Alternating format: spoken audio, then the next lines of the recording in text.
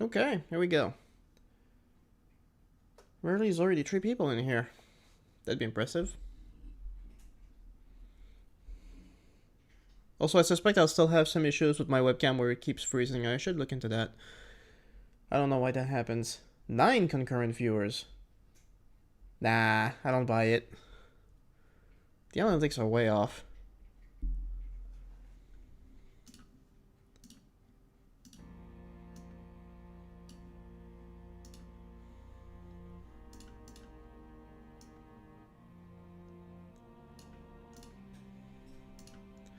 Okay, well, Ivar is on day 476, but I have no real idea of, yeah, and now the concurrent viewers is at 0. I have no idea what's going on with the YouTube analytics. I guess I'll just wait for a comment to pop up. So, back from vacation, and on to more suffering, because that's what it's been playing this campaign so far. Ivar day 476, which is the second campaign.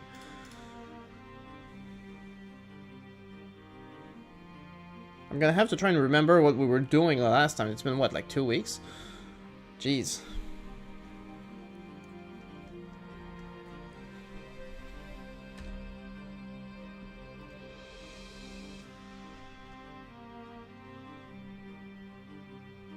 Well, I have an idea of what I was doing. I think I was looking for my companions. I think that's what was happening last time. Because I had a bunch of them. That guy, he has a brother. And every time I'm told where his brother is, I look in the tavern and I can't see him anywhere, which is very frustrating. Also, yes, I finished the quest for Varys. That was about damn time. Well, that's where we were, okay. Lord Varys has requested that you meet him near the Great Sept of Baelor atop Visenia's Hill to discuss some intriguing matters. Yeah, we were gonna do the quest for Varys, where he ends up bringing Aegon and the Golden Company here. That'll be interesting. Oh, whoops. Bruh. Okay. I'm guessing he's here somewhere?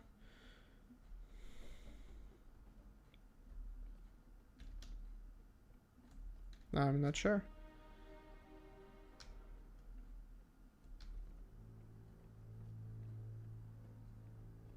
Near the Great Sept of Baelor. I guess I have to go outside. That's fantastic.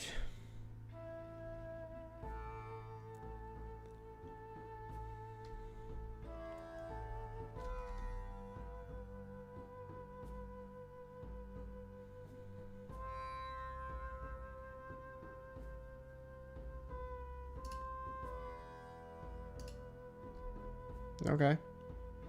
I guess if I was following the Faith of the Seven, I could get that guy.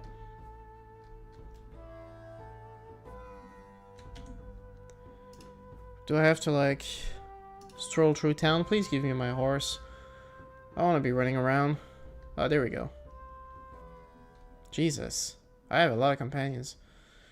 Well, it's actually kind of nice. I've never been, like, on this side of King's Landing, so it's cool to see, like, the scenery like this. Even if it's not as big as in the original. But the Sept is over there, so I guess if I go over there, I'll find Varys. Interesting also how my horse basically makes no noise right now. Oh, he does. Okay. It's just very quiet. It's weird. Okay, I see the Sept. Where is Varys? There he is. Okay. Guess we have a shot.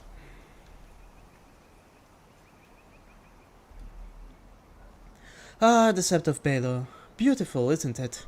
Fully recovered from the sack of King's Landing during King Robert's rebellion.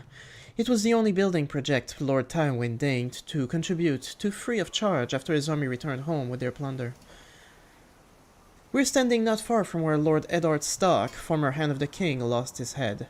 He was a good man, and didn't deserve this fate, or the misery that befell his family. But in my experience, people rarely get what they deserve. Often those are punished who should be praised, and those who are praised should instead be punished. After the sack of King's Landing, Eddard Stark was the only lord to demand any justice for the murders of Elia of Dorne and her children. He nearly lost his head then, too. What do you think?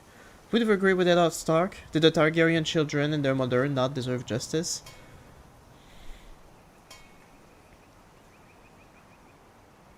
No one deserved that, least of all a mother and her children. A most rare insight. Very few would utter such words for fear of angering those who have risen on the downfall of the Targaryen family. Your compassion does you credit, as does your dedication to the realm. You've proven yourself a valuable ally to me, which is why I've one more task for you. I need you to return to Dorne once more, this time with a message in hand. Seek an audience with Prince Doran Martell, Oberyn's brother, and all will be explained. I've got much to prepare for, and I hope to make the right decision. Fare you well.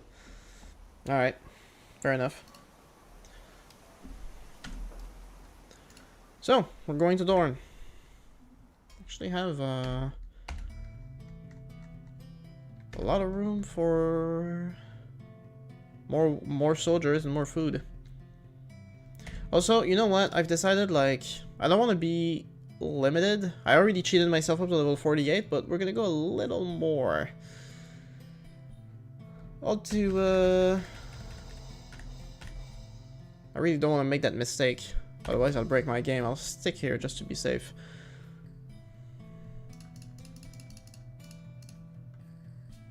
Although, no, that's true. I think Sailing Master, like it... Yeah. You still have that limit. Ah, I was hoping to have, like, a bigger fleet so I could sell my army around, but then I guess I'll just teleport to the Iron Islands if I decide to attack them.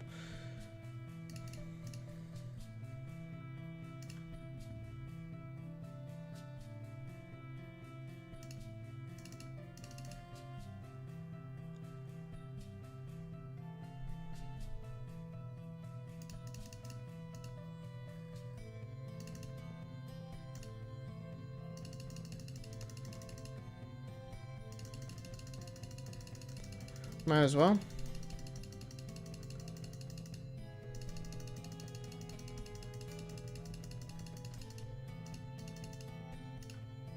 Okay, Sun Spear.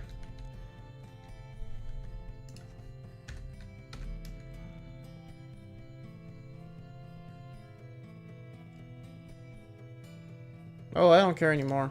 I ain't releasing nobody. Y'all are a pain in the ass. Always escaping and then capturing my town again. Enough.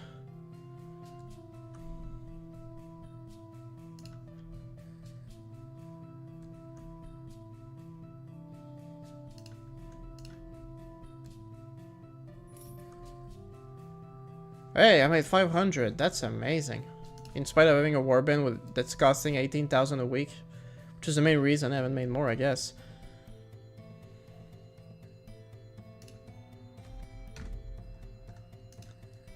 Oh, there you go.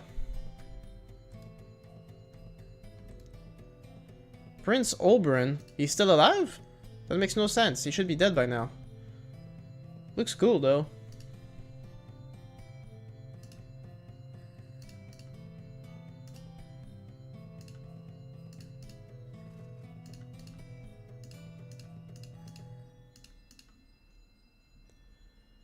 Yeah, well, that doesn't make much sense, but what does anymore? We already had the Battle of the Bastards. Nope. Cool armor. Although I need some proper plating. That's what I'm talking about.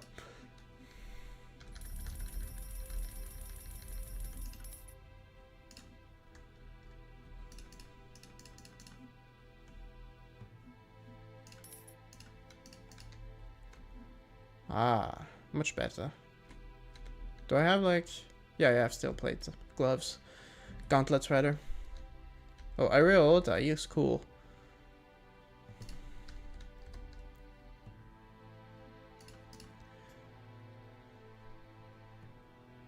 Are you serious? Prince Doran wants me to hang out with Arianne Martell? Nice. I'd be down for that. Hold up, though. Aren't I supposed to, wait?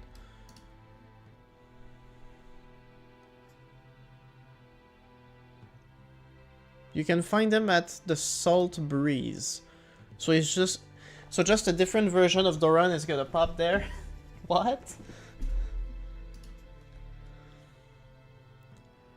Okay, well, where's Arianne? That's her? Okay. Yeah, I'm down. Hey, Ariane.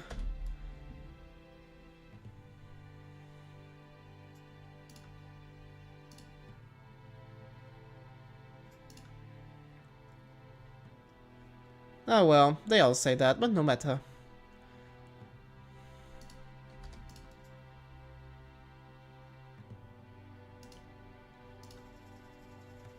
Okay, well, she likes me. Her father likes me. So I guess we'll be fine. So I can find him at Salt Breeze. What? Oh, man.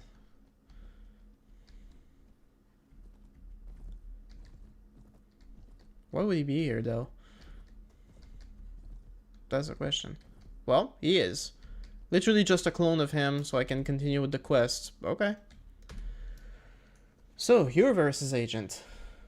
And I have no relation with this clone. I never expected him to contract someone openly, especially a warrior such as yourself. He's many who serve him, but few walk openly in the light as you do. I'm Prince Doran Martell, ruler of Dorne. Prince Oberyn Martell leads our armies and act in my capacity due to my ailments. The message you've brought me is brief but speaks of your reliability. I hope that's the case. Why do you serve the spider? For baubles, perhaps, or does his talk of serving the realm appeal to your sense of duty? He speaks of serving the realm, not just whomever sits the throne or himself. Westeros is torn by war. Those who should protect it instead destroy it. I fear dark days are ahead for Dorne if the land should trade...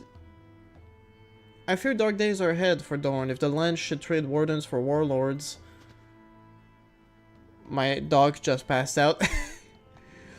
The North and the Riverlands both strive for their independence. The Lannisters seek to regain control no matter the cost. Stannis fights for dominance whilst the Reach blunders under the direction of Mace Tyrell. And the Vale and the Iron Islands do as they please. These conflicts are a festering wound that needs to be cauterized by fire. Only one house has ever managed to unite these separate lands, and they did so 300 years ago. The Targaryens, but they're all dead, aren't they?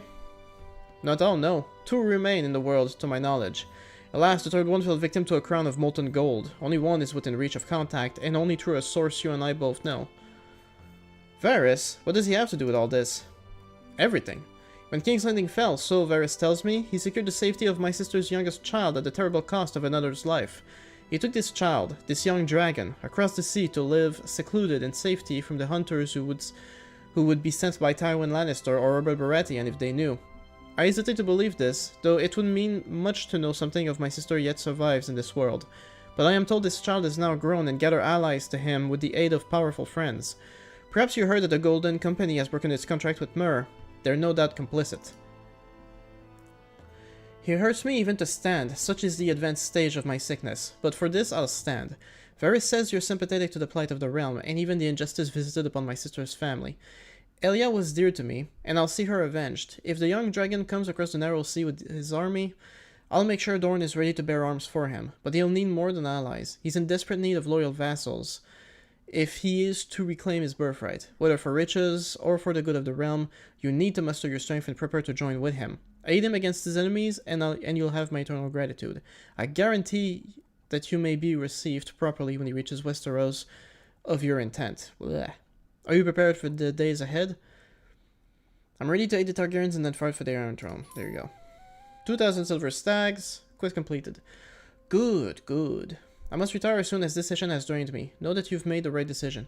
Prepare yourself, gather friends, and sharpen blades. When the young king arrives, cast off all prior allegiance and join with him. Take this for your trouble, and know that Dorne will fight alongside you. Okay, so as soon as he shows up, I'm losing my allegiance to the north. I'm going to be joining the Golden Company. Well, that's interesting. So when is that going to happen? I need to go back. Of course, Barrington's been besieged again. Okay, well, I ain't wasting time. Teleportation. Will he be back here? Yes.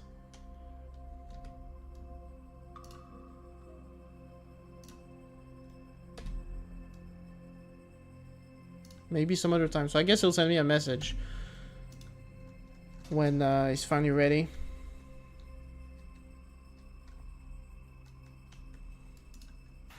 Alright. Where are y'all bastards? Okay, there's a bunch of them. And I ain't got the patience.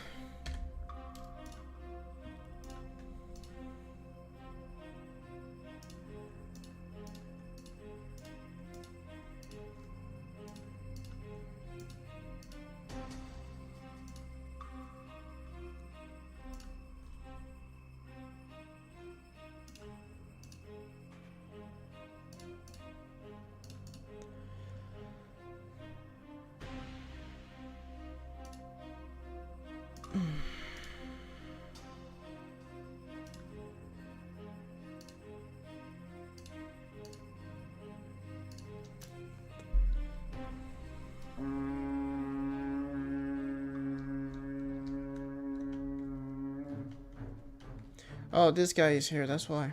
Okay. Renly Baratheon, I have no idea why he's here. This campaign really is broken.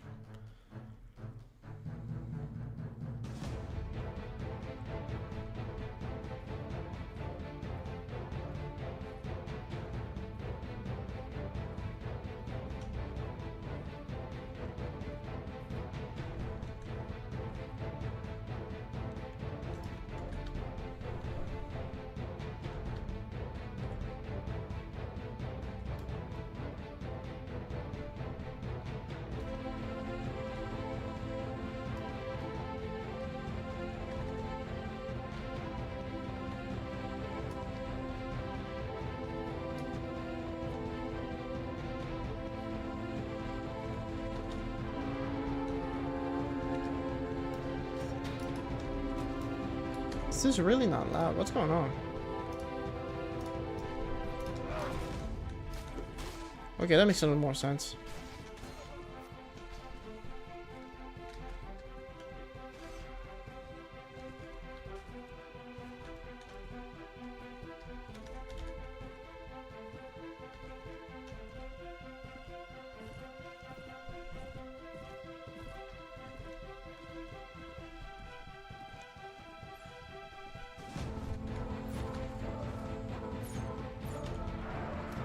I didn't realize I had that many levies. Holy hell.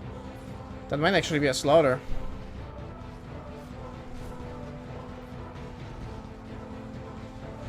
And I have to say also, this is probably like the weakest livestream I've had in a long time. I haven't had a single person say hi so far, and based on my analytics, it's been actually a few minutes since anybody's been watching. Like, literally nobody is watching right now. Damn. Well, you know, I've just been doing the same live stream for a few weeks now, so it's not surprising that people have tuned out. I don't blame them.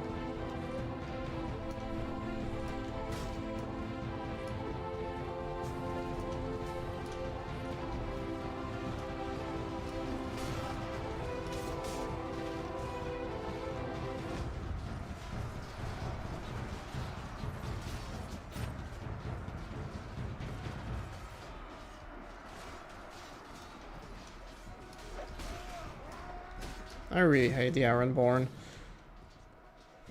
They just keep coming, like, endless numbers.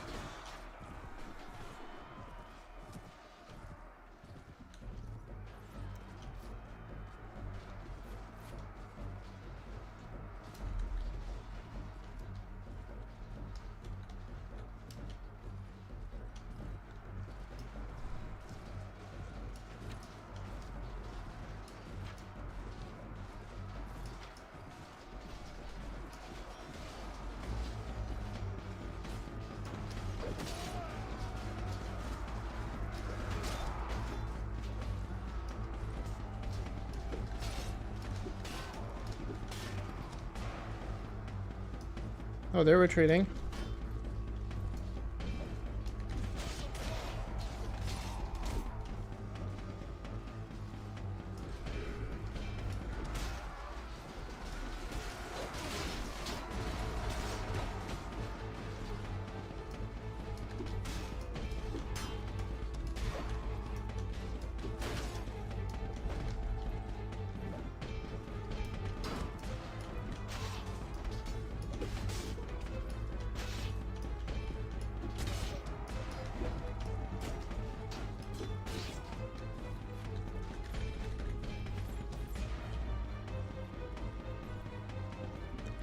Man, what a mess.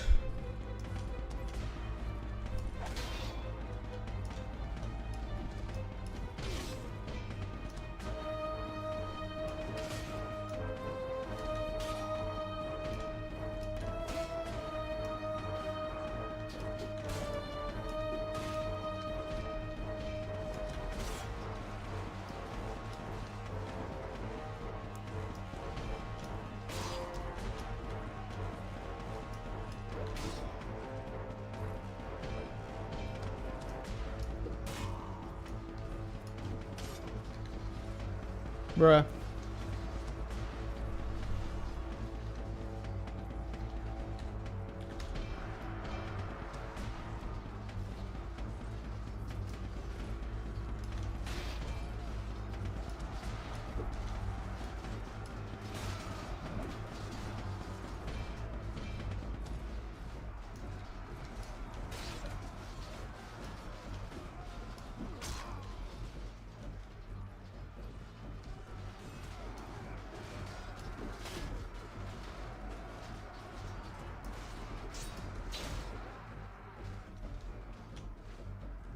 Okay, who's left?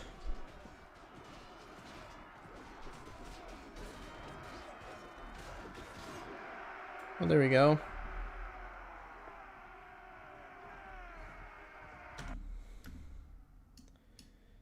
Uh, 95 for me, 185. Jesus. That was a lot.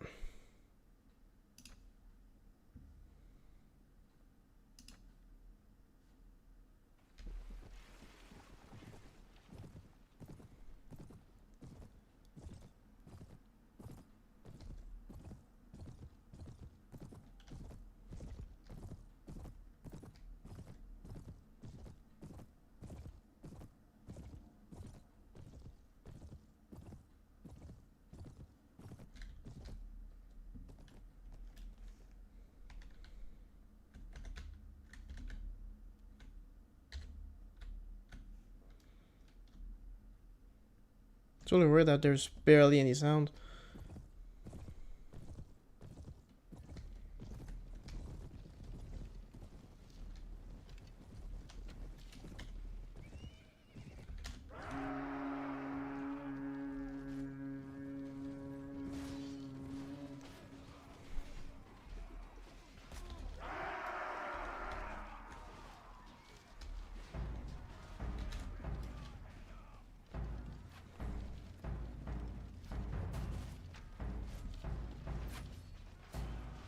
Well, there we go. They've broken.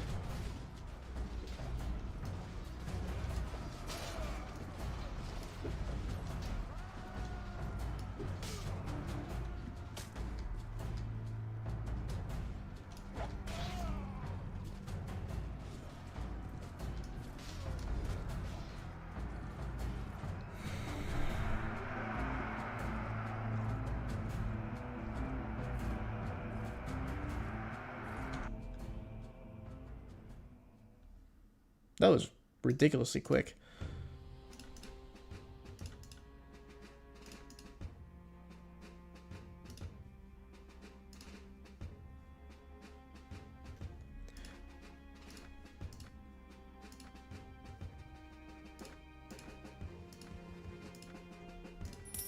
I actually have a lot of companions now that don't actually have any, like, decent inventory.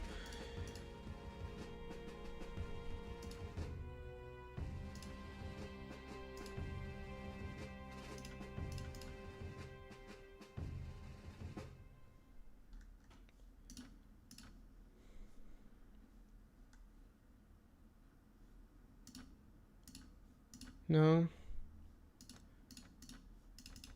Slightly better. 27, 11, 42, 12, 15, 16. Dude, I had no weapons. I did not even notice.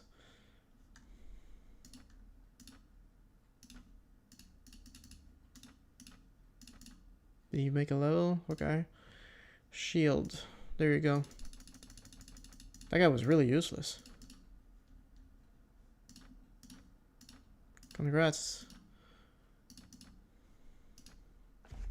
Tauros? I think I got some slightly better armor for him. 2411.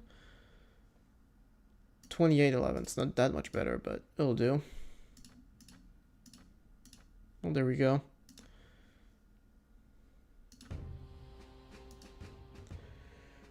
More lords that won't bother me anymore.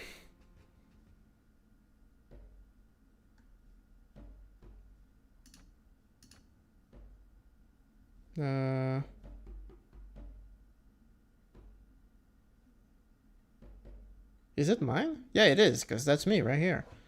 Where's my option to, This is so weird. I'm supposed to have, like, a manage the town thing here, something.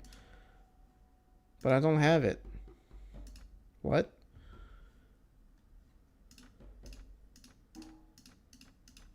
Why not?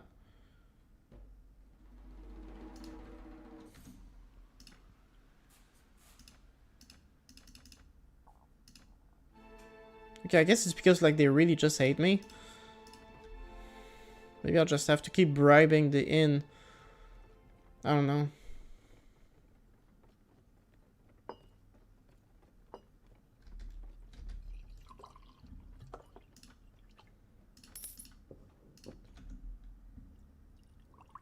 Yeah, I got some work to do.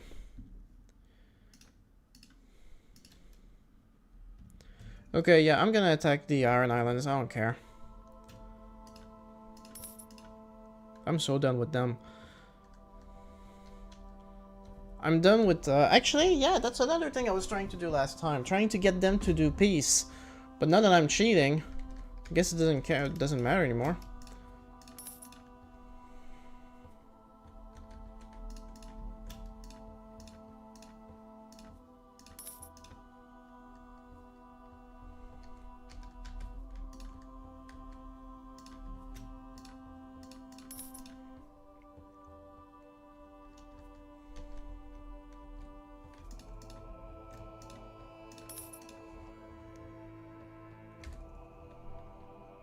Only missing 9 soldiers.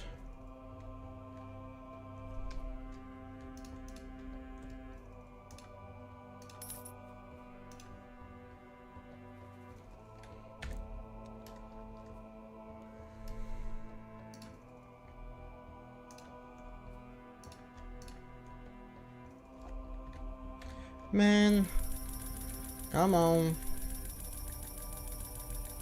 It is crazy how expensive it is to upgrade troops. Jesus Christ.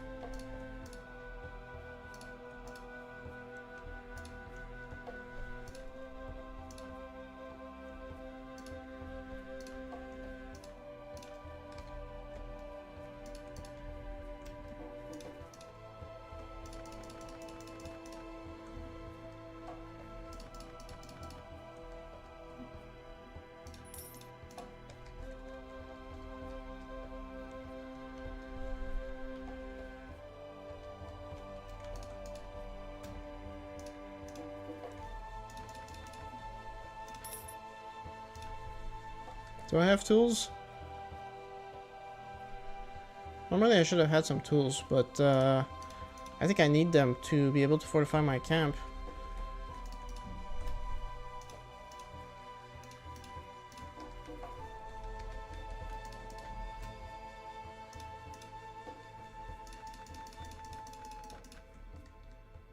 Well, more food the better, but I need tools. Get me some tools. Bruh, where am I gonna get? Are you kidding me?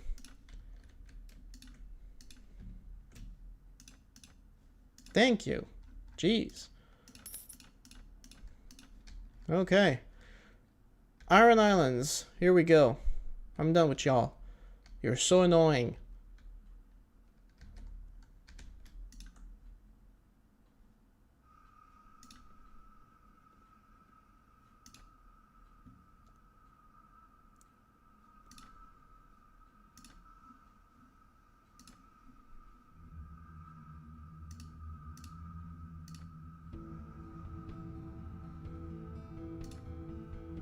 It'll take 16 hours. Okay. Find a traitor and send some men to infiltrate is done instantly. That's interesting. Ah, they surrender instantly. Fantastic.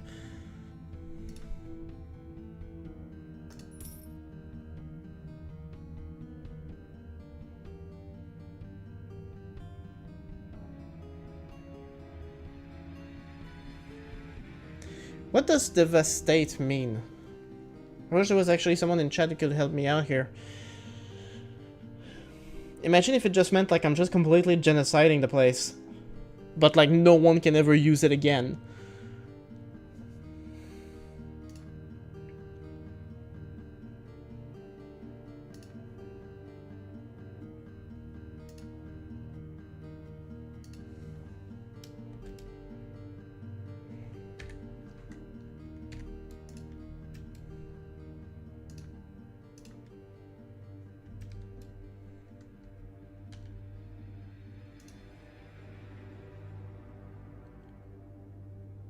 There are no ferries here to transport you, so like if I didn't cheat, I'd be stuck here permanently. Okay, well let's go to Orkmont. Oh, they got some defenses here, alright. They got a lot of people actually, so they're probably gonna attack me to retaliate. It's like looting a village, Enten says, being the first person to actually respond. Well, thank you for letting me know, and welcome to the stream, and being the first person in 30 minutes to actually say something. This is like my weakest stream so far, but thank you for tuning in.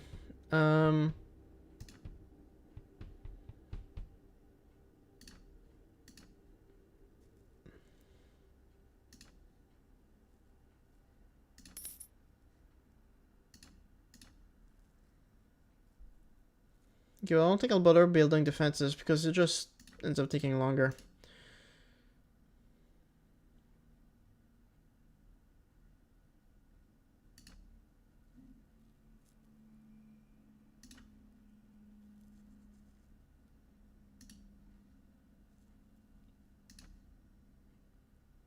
Cheers, long time no seen. Yeah, well, I was on vacation.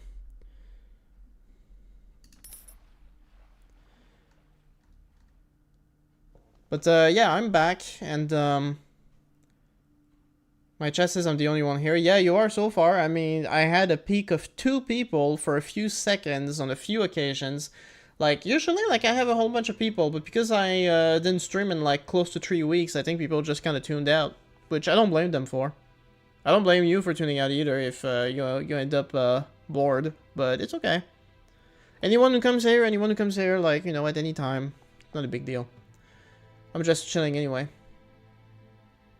Your mana building, blah blah blah.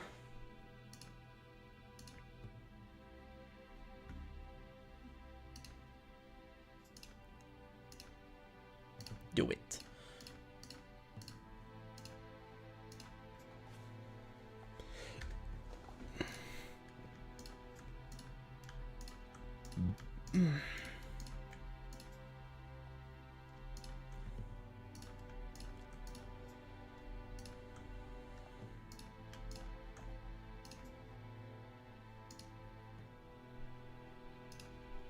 I guess I'm gonna let him starve. I have no idea. I see so many of them, it's annoying. Nah, I couldn't watch live, watched afterwards. Oh, you keep missing them?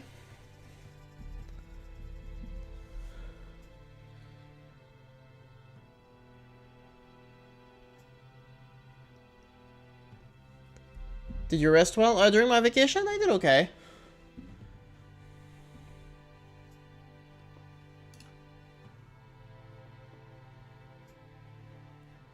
Yeah, I did okay. I had some good rest, and I just chilled, you know. It was much needed, and I'm hoping to get back into producing content better. And how are you doing? Castle's food store should last for 7 more days. Oh, I guess because some people left? I have no idea. Makes no sense. Like, I'm supposed to be starving them out right now. Also, what are they doing? I just see them, like, roaming around.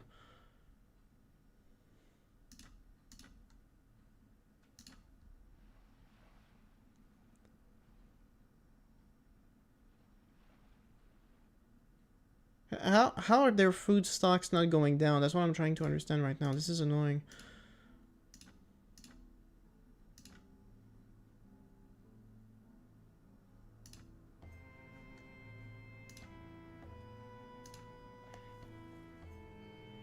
Just hope my troops don't start deserting me. That'd be really annoying. You having lunch at work? Okay. Well, thanks for taking that time for tuning in. I appreciate it.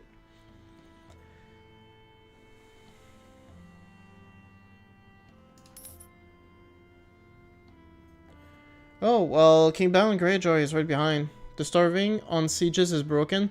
In this mod? Do you know? Or is it just because you're seeing this glitch right now? Okay, that's a lot of them. I did not build a siege camp. So we're having a regular battle. That's actually way better, because building the siege camp, like, it makes everything last forever. Sometimes they stay on 1 day food supply for 4 days. Yeah, that's really annoying. That's dumb.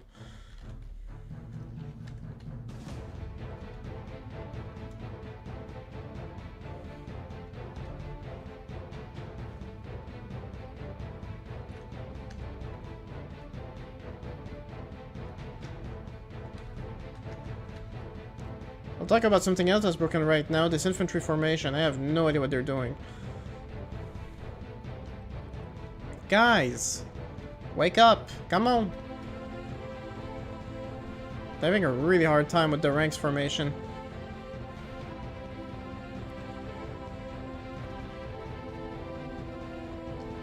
Okay.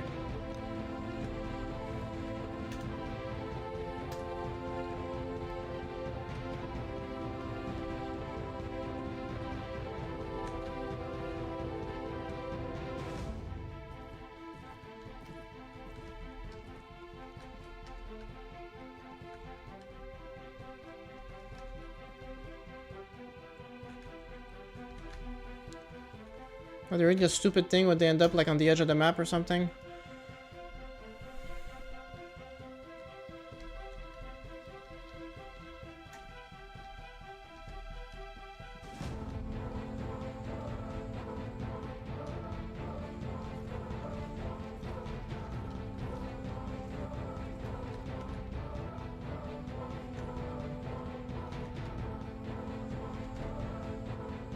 Oh, I think they were gonna charge. Did you sort out income in the game? What do you mean? I don't know if you've seen the other streams, but like I've conceded the last time right before my vacation that like this mod is too grindy and annoying. And so now I'm just cheating. To an extent.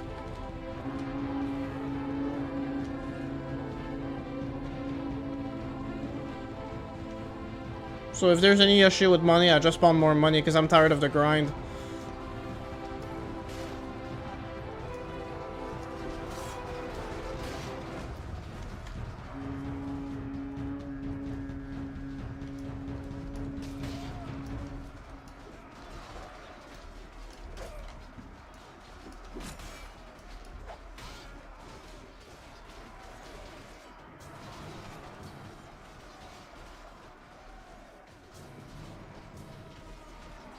Oh, they've lost all their leaders. You missed that part?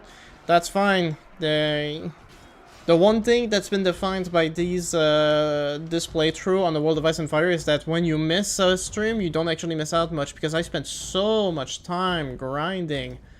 This mod is crazy.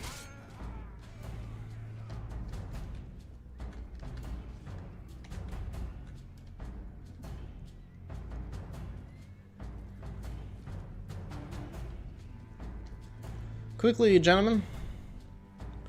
Get back into position.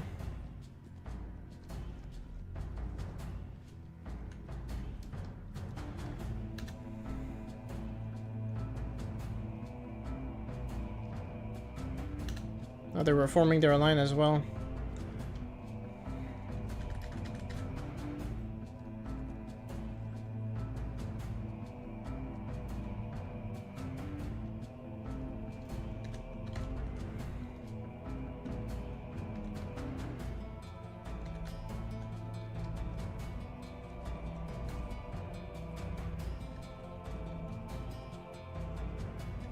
This is why I said, like in a post that I made yesterday, that that might actually be the last time I play this mod. I think I'm gonna switch to something else for the next live streams that I usually have on Friday.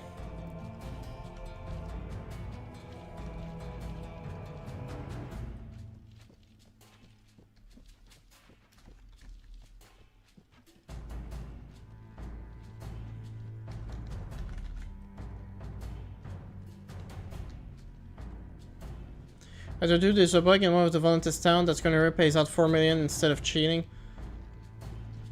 Oh yeah, I think I remember that. Yeah. It's been a while.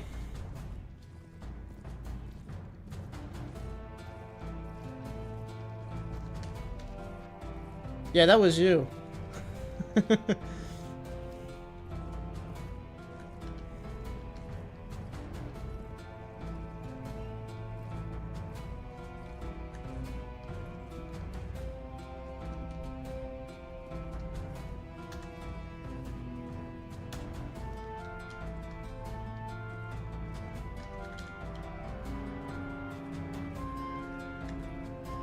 Doing a bit of outflanking here for fun.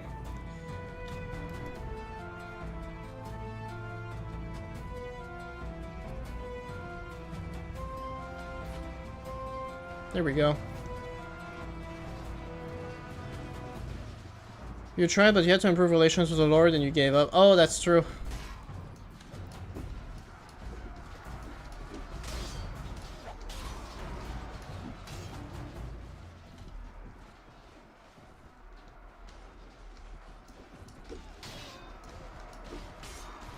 Oh, and Teleme is here. Welcome back to you too. And welcome back to the stream. Another regular reviewer. Hello, hello.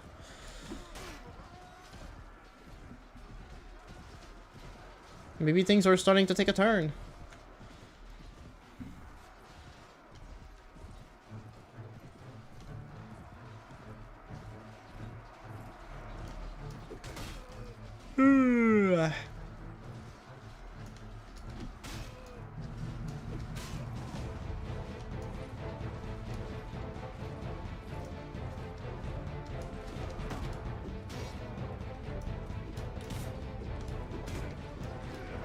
And how are you, May? Back from school?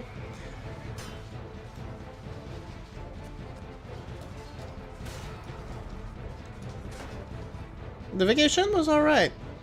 Much, having the place to myself for a whole week was, much needed. I really managed to get myself to stop, thinking for a bit.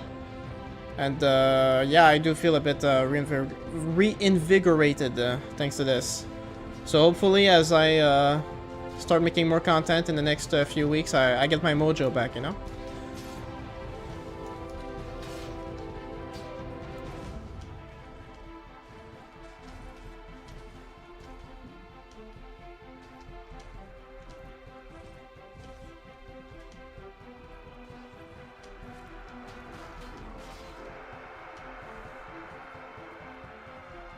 I hate the last day of vacation more than the first day of work. It feels like my dog is gonna die tomorrow or something. Well, for me, my vacation was kind of... I had like that 1 week of like really being alone, but the way I set up my vacation with my job, it was starting a few days later, a few days earlier than my main week, and it was finishing a few days after my main week of vacation. So it's kind of like been like this weird slow process. I actually started writing a script for another video earlier this week because I've realized I didn't really know what to do with myself anymore now that the family was back and I was just still home doing nothing. So, you know.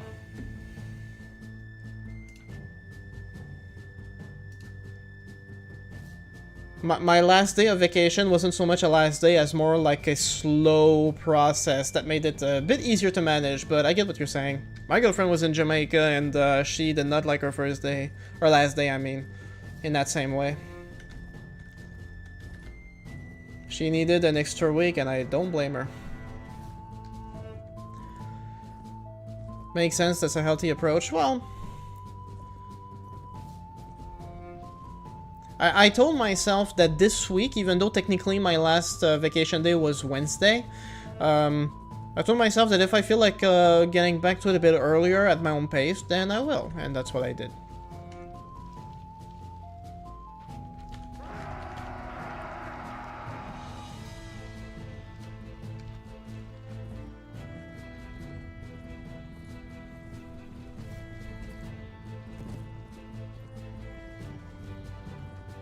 The one thing that's really not helping me right now, though, is that, like, my girlfriend, she got me to try these courses at a Taekwondo dojo.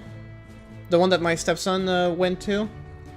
We have these prepaid courses that he's not using, so she was like, hey, you want to go do some boxing as a workout? Because I haven't made any effort this year to get back in shape or do any exercise. First year that I've completely neglected it. And so Wednesday night, I actually had one of my training sessions. It actually went really well. I'm still sore because it was really intense, but the one thing that's really sucks for me right now is that it basically triggered my plantar fasciitis, which is like a pain under the foot, a chronic pain. And it's basically telling me right now that, like, I need to get new orthotics, I think they're called, which I have to pay a couple $100 for to get rid of that injury, because it's been coming and going for the past year or so, and it's basically telling me that if I go again, like, I'm gonna destroy my foot if I don't take care of that. So while I am back from vacation, at the same time as I'm back from vacation, now I'm sore all over and my foot is killing me, and I can barely walk on it. And I have work tonight. That's going to be a real slug. Plantar fasciitis? Yeah. I don't know if you study medicine in English or in but yeah, I was diagnosed with plantar fasciitis chronic about 11 years ago, and I got orthotics. I think that's what you're called.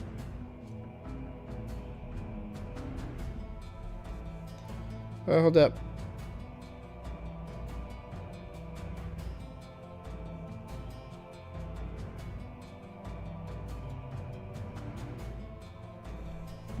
But yeah, I've had it, and then I got orthotics, and it kind of solved the issue for a long time, but now they're completely worn out, and they're not doing a really good job. I'm on the American program, so we study it in English. Okay, well, there you go. So you probably have a bit of a clue as to what that is.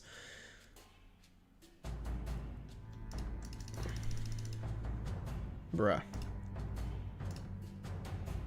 But even then, this is a Latin term, and Georgian med students also learn it, I think. Oh, okay.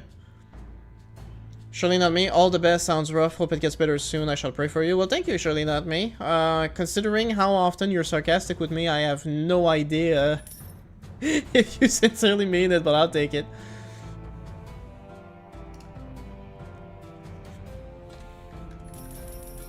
And also, welcome back to you as well. Nice to see you again.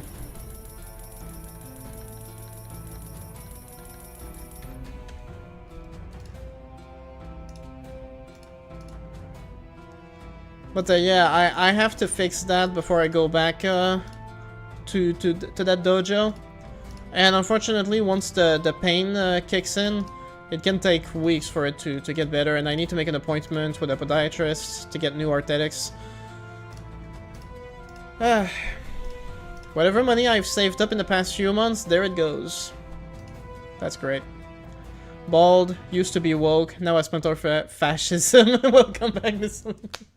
Is that the sounds of cheats I hear? Yes! I don't think you were there, surely not me, in the last stream before vacation.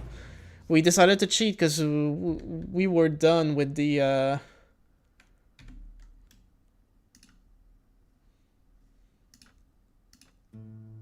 Yeah, that might be broken, I don't know. We were done with the grind, it was just too much. And you see, I just gave myself like 50,000 to fully upgrade my soldiers, and it's almost all gone. Jesus Christ. Yeah, the castle food stores are... that's broken. There's no way that's working properly. Also, I sent a man I sent people to find a traitor, but I have no idea what's gonna happen with that. It's not telling me anything.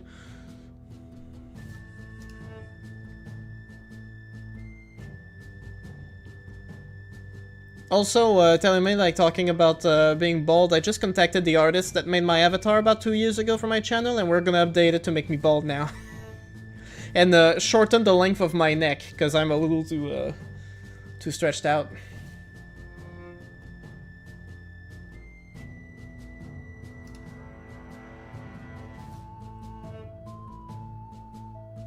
Right, good people. See you all next week and take care. Well, thanks for stopping by, and Stun, and have a good rest of your work shift.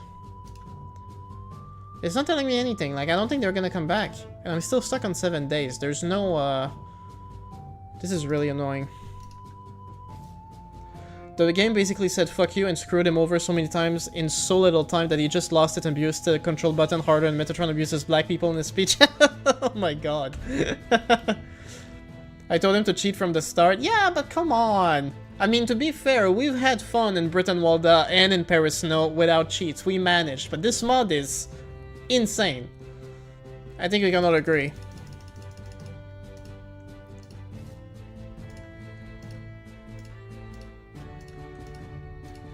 And once again, I'm completely broke. Just trying to upgrade my troops. Ah!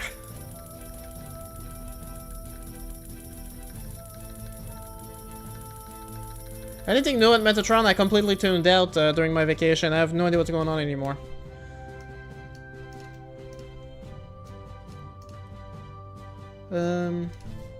Next time, try Pandora on max difficulty. This mod was clearly too easy for you. I mean, one of my main issues was that it was like exceptionally grindy for Pandora. But no, what I said is I think I'm gonna switch to Bannerlord for the next playthrough. Just use the cheat menu.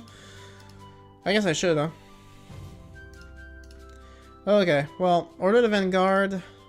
How did that go? 62 casualties for me, 34 for them. They have 140 men plus 272. Okay, let me just check that my troops are all upgraded. Okay.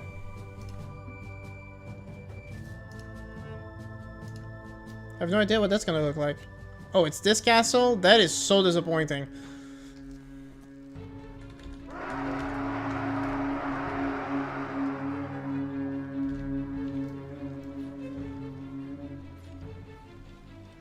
Honestly, it's no longer fun to critique Metatron. He at least tried in the past, now it's just pathetic and sad. Yeah, that's the impression I've been getting too over the past, since Charlie Kirk, basically. Like, there's...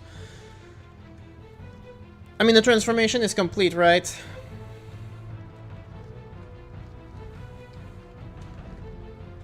Okay, I guess these guys are just stuck in the spawning point. Well, at least the archers will make themselves useful at this height. Actually, I might as well try too.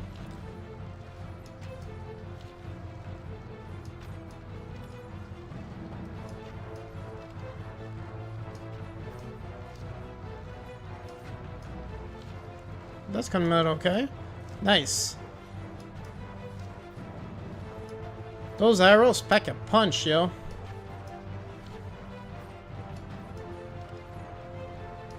He's accepted his fate. You've been having a bit too much fun arguing with his fans, though, on his Discord? I've never looked. I'm pretty sure, like, I would have to create, like, an alt account, because as soon as I put myself on, he's like, Terry Duke has joined your Discord, like, I'm getting kicked immediately. I'm blacklisted, for sure.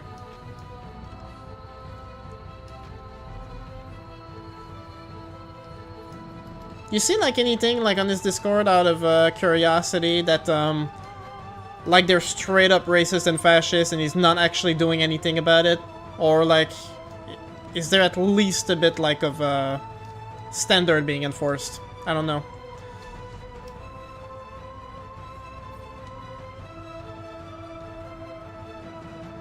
Maybe you should really try the band speed run for the memes, though. That would be funny. I mean, where does he even have that link? I never checked. I guess it's linked on his channel? I have no idea.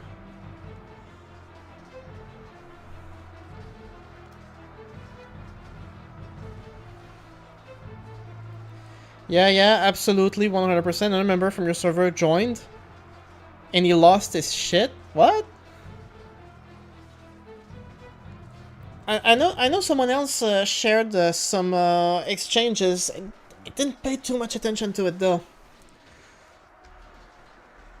I didn't really keep up with what was being said.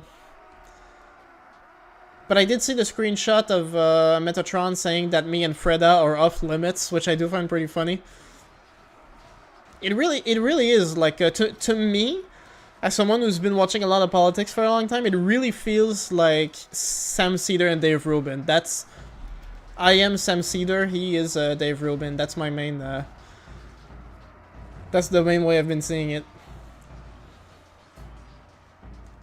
Metatron has his crusade going on. Me, I have my Sam Cedar phase going on. That's pretty much it. The fact that none of it is moderated is amazing, honestly. Does Metatron interact with people a lot, or does he just, like, kind of, like, lay back and not do anything? Like me.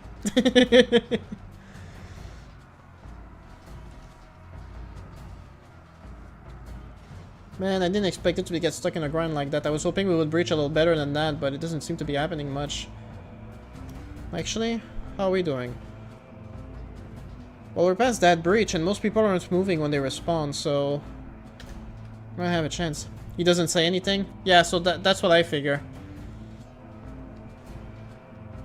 So hey, maybe if I joined, he wouldn't notice me and I could be in there for a while.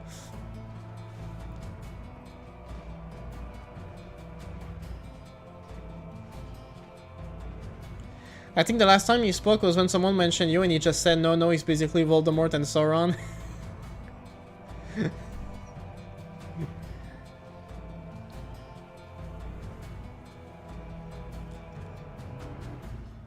I should have just been more civil, you know, that's all on me.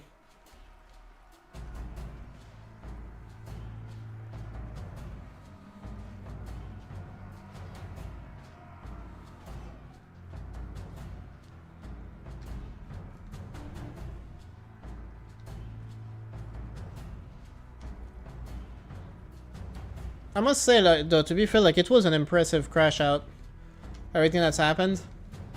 Like, I just remember, like, a few weeks ago, maybe, looking at his Twitter, and I think there was someone on his channel who unsurprisingly said, like, you know, like, I'm not on board with this shift in politics, so I'm tuning out, and he shared the comment to his Twitter and called the guy, like, he either called him evil or a monster. And, like, what the hell? The guy just doesn't like your politics and you're calling him a monster? It's like he doesn't know how to cope with the fact that some people just kind of disagree with him and he doesn't know who's fighting him and who isn't. It's so weird. I just checked his last message and he's apparently writing a book. Of course he is.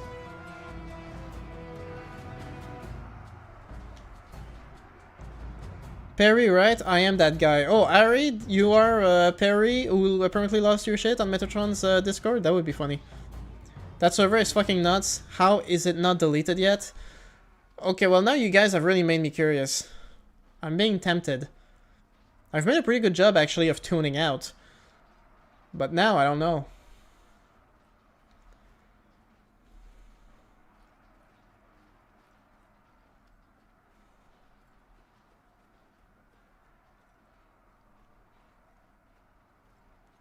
Well, you know, that's what you get for being a moderate.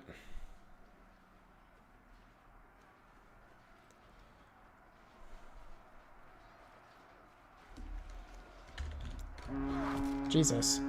Whoa.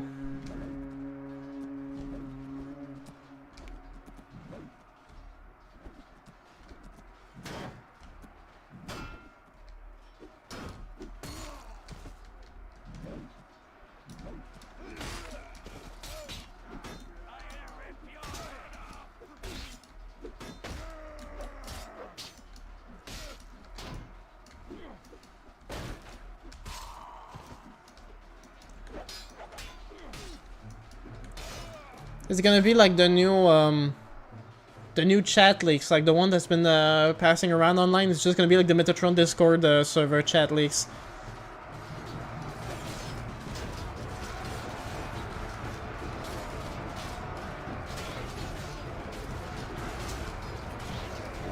There's like this one guy who can't spell and he's a fascist writing text walls to convince people to see things this way. Damn.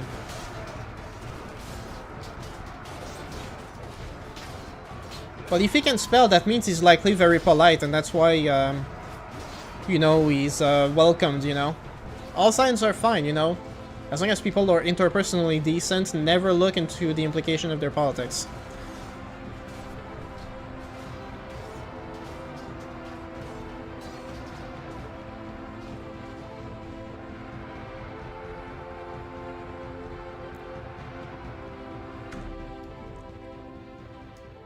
Well, that was rough. Here's hoping that, okay, well, at least we got all the morale.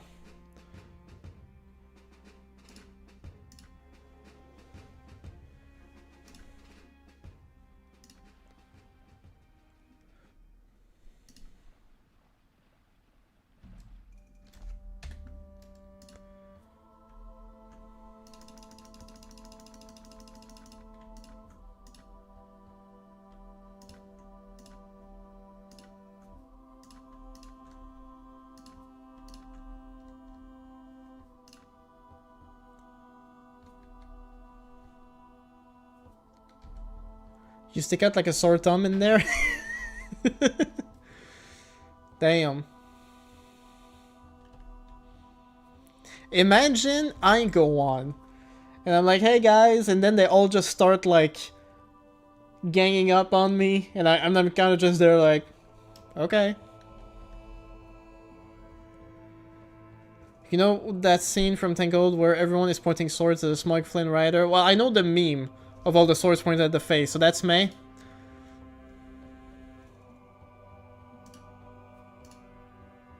I feel like if I just join and there's a message saying like Terry Duke has joined the server, that'd be funny. That's basically you whenever you defend Mamdani or something. I doubt his viewers will recognize you, the mods might. They're mods! You say the whole thing's not moderated, but there's mods? I guess the mods are just very moderate.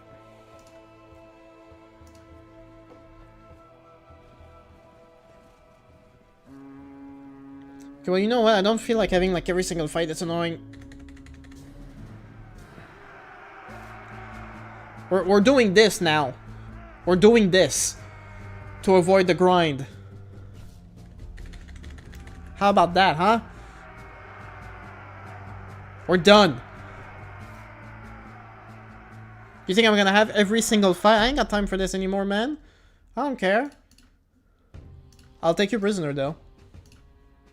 Your guys can go. I'm so done with this. I am free, unbound.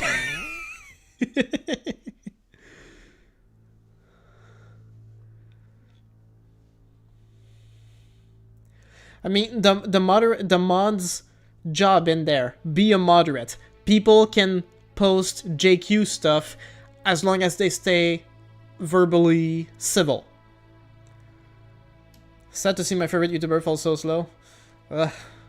Okay. You know what I'm gonna do now? I'm gonna teleport all the way here to replenish instantly. And move on to the next place.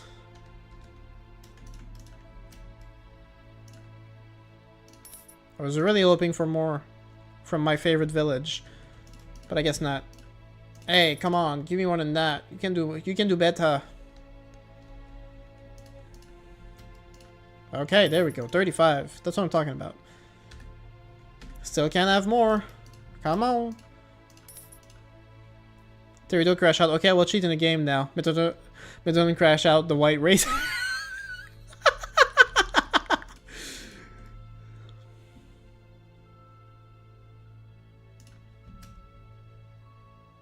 Free folk?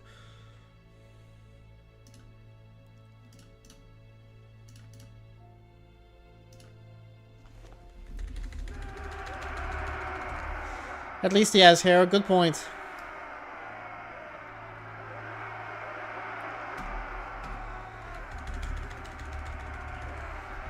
I haven't done this in so long.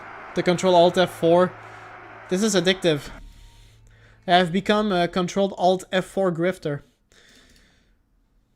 Hey, more troops, which is exactly what I needed. The Trekkies, though? Nah.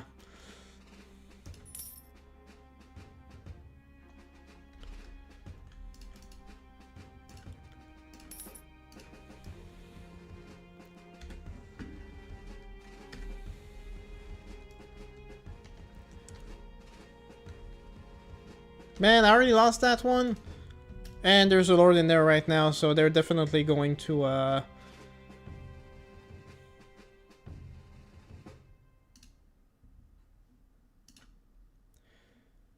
You're still planning on continuing this campaign? Nah. I'm just looking to, I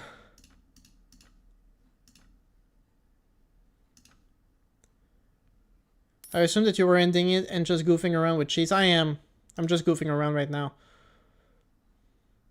Oh, one of your commanders has news by Riven. He goes on the raid. King Aegon Targaryen has landed with his hosts in the Stormlands. He seems to reclaim the Iron Throne, which is by his right. Which is his right, really. He had made... Which is his by right. Oh, okay. He has made claim he will be generous to supporters and anyone else fortunate to be loyal. House Targaryen has declared war against the Westerlands. Dorne has declared war against the Westerlands. But aren't I supposed to join them? Or do I have to do that manually? I'm just gonna renounce my oath to one and join the other?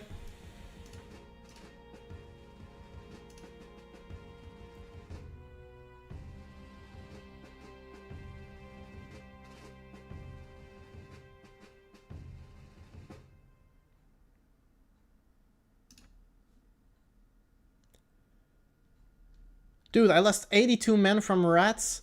Holy hell, what?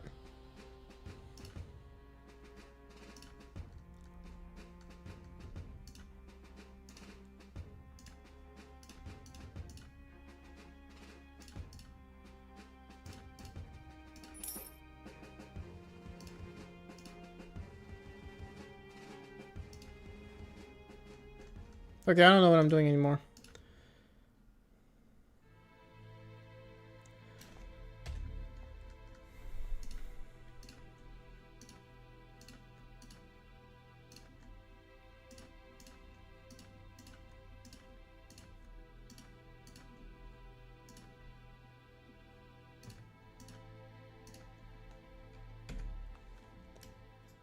You've never seen a better leader? There you go.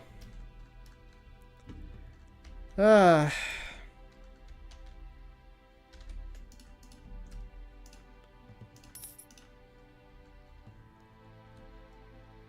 okay, he's landed. Did he already capture Storm's End?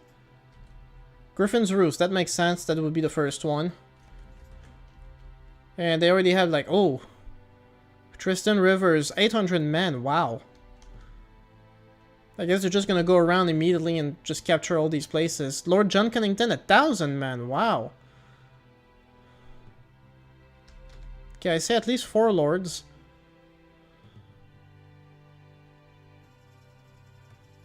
That's impressive. And there's more lords in here, and they're all massive. Oh, this is like the Zan invasion almost. That's impressive. Oh my god. Golden Company, Heavy Infantry, 1,200. Golden Company Spearmen, 300. And Archers, another 300. Wow. That's insane. Okay, like, they're ready to go. Do they have elephants? That's the real question. Well, they haven't declared war on the Stormlands, or Dragonstone, rather. They only declared war on the Westerlands right now, so they're gonna wreak havoc, for sure.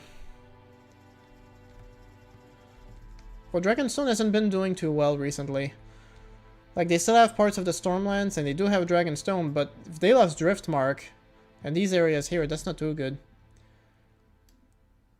Join them? Yeah, that's what I figure I'd like to do. But at the same time, this campaign is cooked anyway. I don't know what I'm doing anymore. I'm just chilling. It's only been an hour, and I'm already like, yeah, this campaign is stupid. This indeed is my crash out. This is my World of Ice and Fire crash out. What's going on? Okay.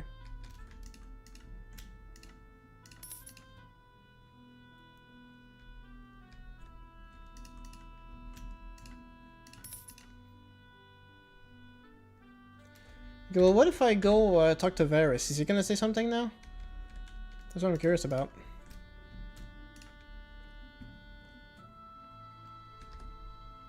Maybe some other time.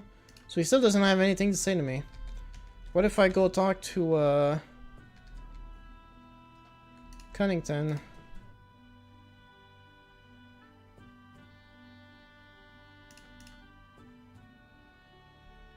Well, obviously he likes me. Is he the... Okay, well, where is he?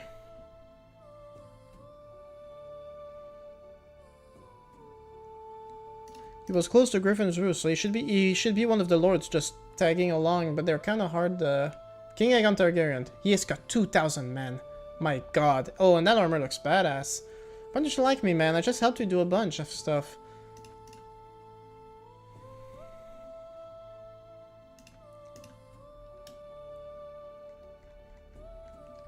Ugh.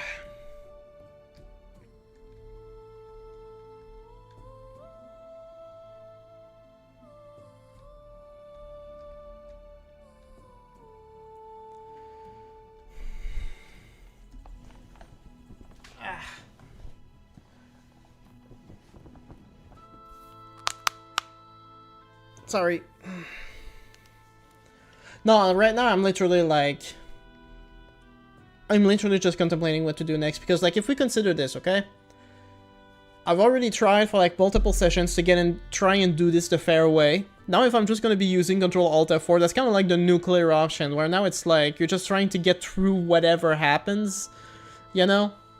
I should have set the White Walker invasion for day 600. Maybe I would have bothered with that.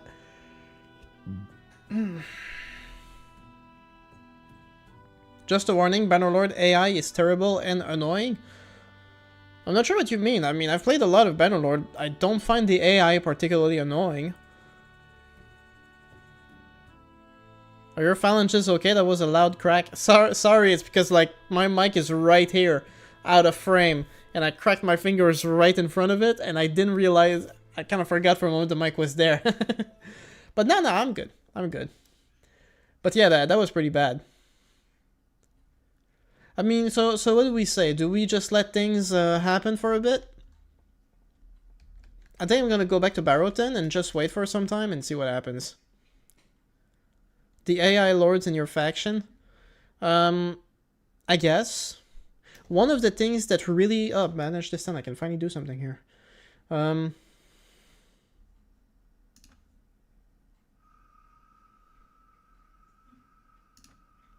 Which is the one that...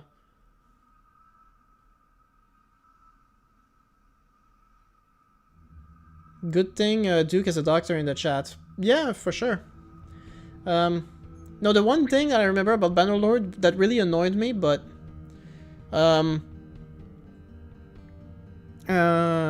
It was that I could never get a lord to join my faction unless they had no fiefs.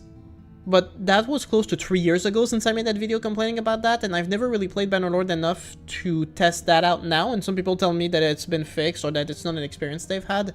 So, I don't know. I would have to check that. Thomas, you working on some movie? Yes, I am. Also, hi Thomas, welcome back. So yeah.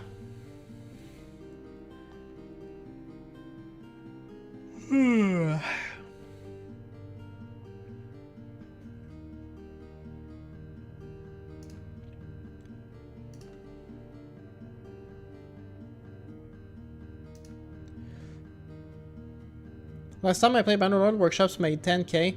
The one thing that I would have to check, because mostly I've been playing mods and testing them out for the past year or so in Bannerlord, so I haven't played like any campaign seriously in a while.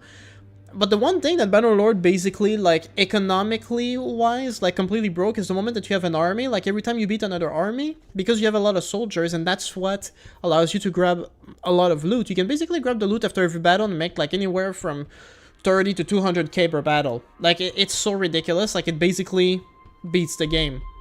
As long as you keep your army in one piece, I suppose. Okay, I'm getting sidetracked here. I'm just wondering if, like, there's an improvement that improves my relation with the town.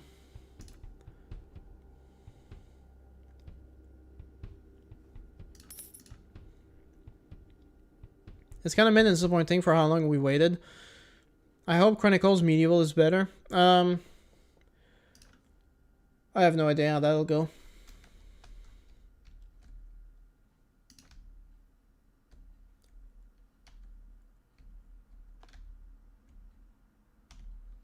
I mean, they have so many troops. Like, they're going to be basically an unstoppable force. The issue with delayed development... He's giving me Grey Water Watch? Okay. Don't think I'll be doing much there. Do I have a garrison? Yeah, I do. Okay. Maybe they're more likely to try here, but hope you enjoyed your vacations. You're going to join Targaryen faction? Well, I thought I was going to get a message or something, but I guess not. Where are they? They're under siege right here. Storm's End is also under siege, which makes sense. And Stonehelm is under siege. There's 3 places under siege right now. They're just going to sweep through comfortably. But, you know, with Warband AI, who knows how long they'll be able to keep this up. I'm sorry, Ari. The issue with delayed development is that there are diminishing returns for how long you spend on a game. The more you wait, the more dev engines improve and you have to redo things. Well, it's still running on, like, 2016 graphics. You go look at the War Cells expansion, and it's still saying that, like, the recommended GPU is the GTX 1060. So, like, I think that's pretty good, actually.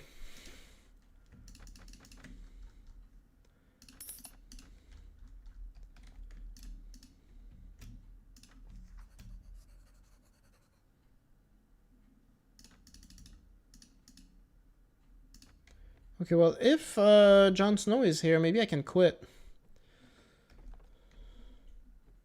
Is he here? Why are there so many lords here?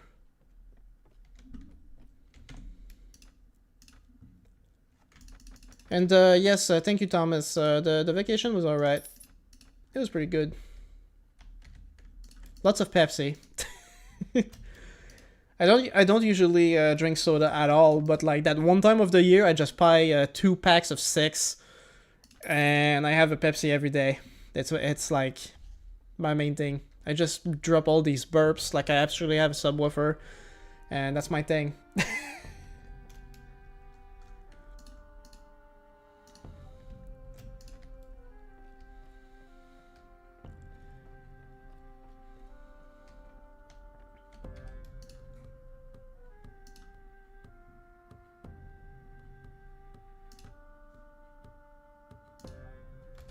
Yeah, that...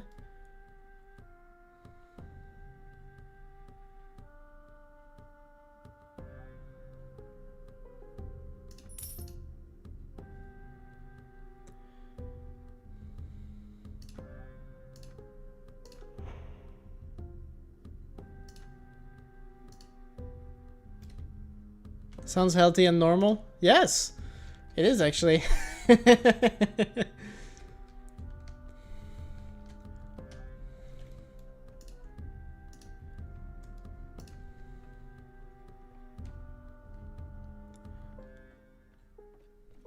Okay, well, let me go find...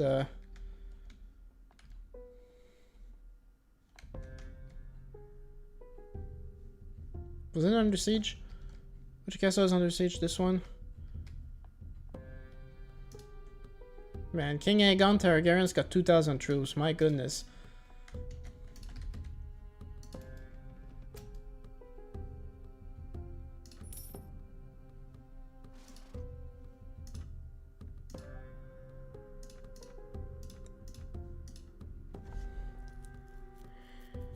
Furthermore, I give you the Fief of Rooster's top with all its rents and revenue. Hey, he gave me the first village. That's nice.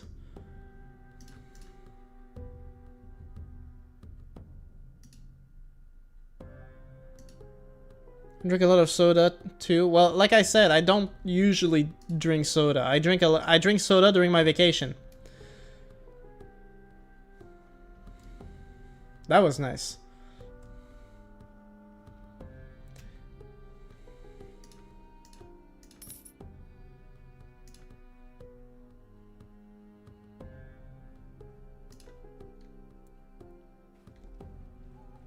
Hey, that's my village. My new village.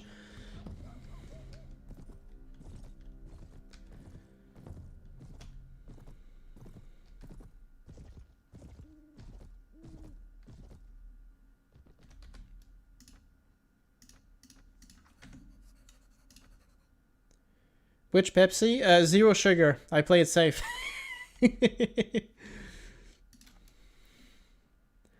0 sugar and diet. I ordered some pizza, and the pizza came with a 2-liter bottle of soda of your choice. They didn't have 0, so I had to take the diet one.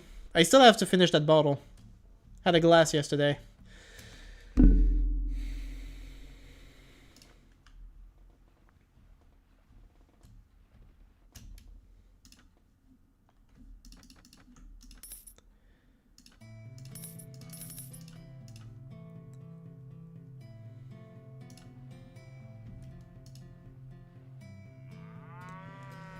Oh, Shortcut is here. Well, don't worry too much about being late, because pretty much everyone was late. And even then, like, we've had a peak of 6 people. This is pretty much like no one started really tuning in until like an hour after I started the live stream. I was like, oh man, this is bad. But now we got a few people in here, which is nice. And hello again, Shortcut. Welcome back. We just abandoned the north to fight with young Griff, but I'm also crashing out, so this will likely be the last playthrough on this mod.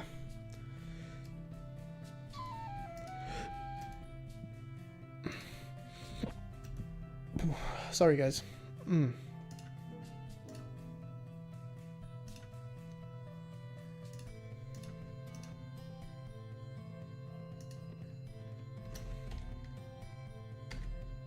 Also, like, yeah, I left, it doesn't really matter, but I left the kingdom without taking the money out of my treasury. I just hope I didn't lose it.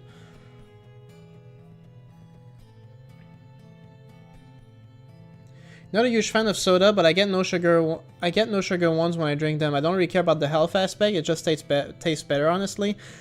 I am really shocked at the average amount of sugar in a regular soda. Like, I think Pepsi, it's like, you look at the nutritional facts out the back, it's like 80% sugar. That is insane. That makes no sense to me. Who drinks this stuff? That's... Not that... I'm sure, like, the artificial sweeteners they use for, like, 0 sugar are pretty bad, too. But, like, holy shit. In a 2-liter bottle, like, 80% is just sugar. That is insane. Bro, the last Conquer all map, even that would be grindy as hell, even with cheats. That would be a lot of control, Alt F4.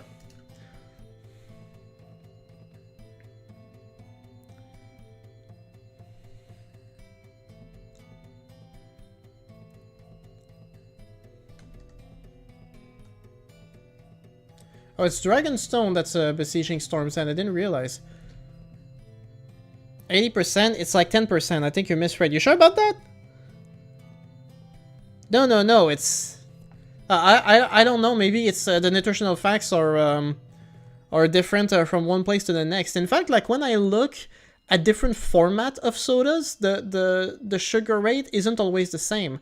But yeah, I do think it's like close to 80% for regular sugar. A standard 355ml of can of Pepsi has 41 grams of sugar, according to Google. I'll have to check that again, because no, like, I'm working at the store, and I would look at it, and I remember seeing like 80% sugar. It was crazy. It's kind of like a Crush orange soda. It's like 70%. It's insane.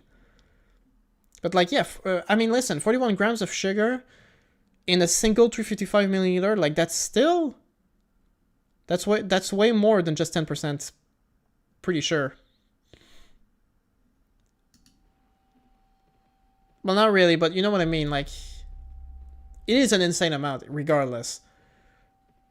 But it's not 10%. Pretty sure it's not 10%.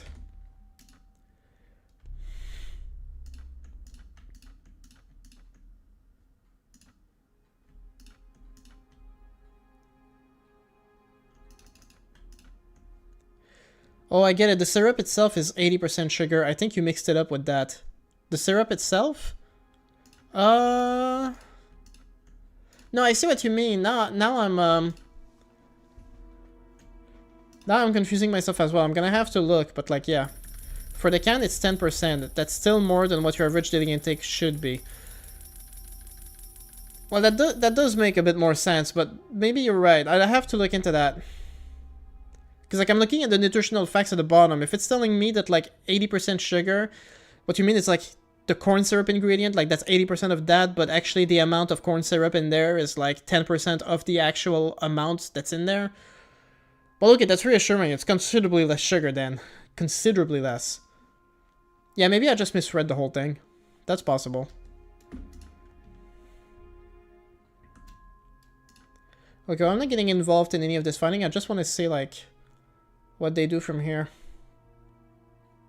How it plays out, you know? Wait. What happened? They still didn't take it? I think they're still assaulting it. I'm not sure. Yeah, they are. It's just taking a long time because the garrison's huge.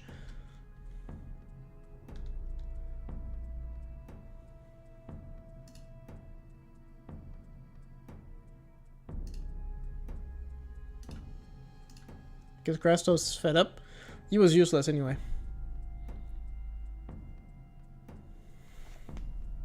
Okay, they took it. There you go.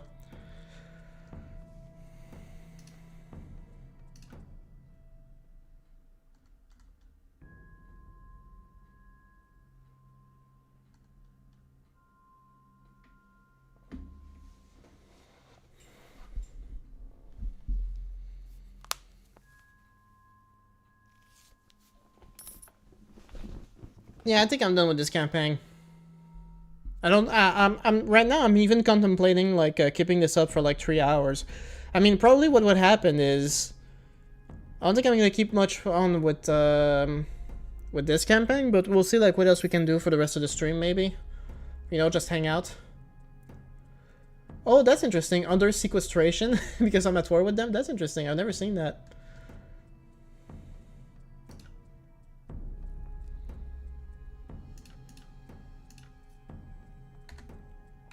Did I run out of food? Not yet. Can 80% sugar drinks even be liquid? Well, yeah, it can be. You just gotta keep diluting more, but yeah, it's... I guess it makes more sense, because, like... now that I think about it, like, 80% sugar would be insane. King Renly Baratheon is hanging back here, too. Even Nutella is barely above 50%. Yeah, well, it does use other ingredients, which makes it not liquid, you know?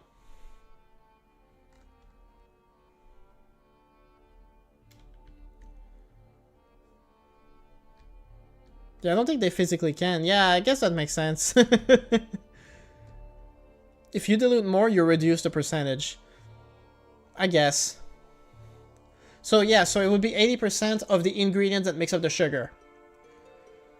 That makes a little more sense. Because holy hell.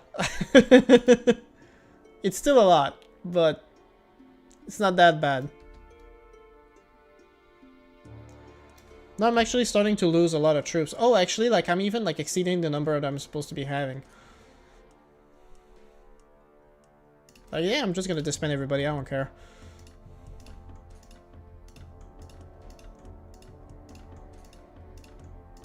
Thank you, guys. Thank you for your service. Besides, they're all Northerners. They have no part in this fight. That's why they're, demoralized.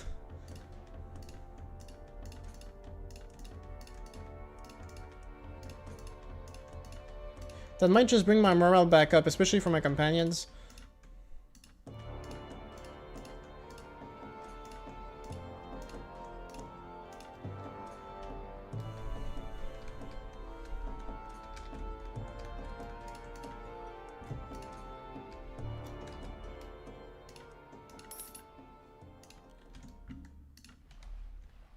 What? Okay, we partied a bit. Just giving a quick boost to all my companions.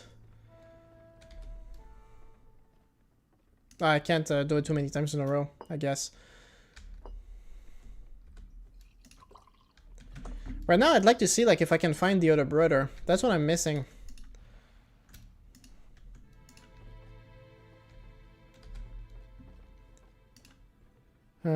It would be Brog Matter.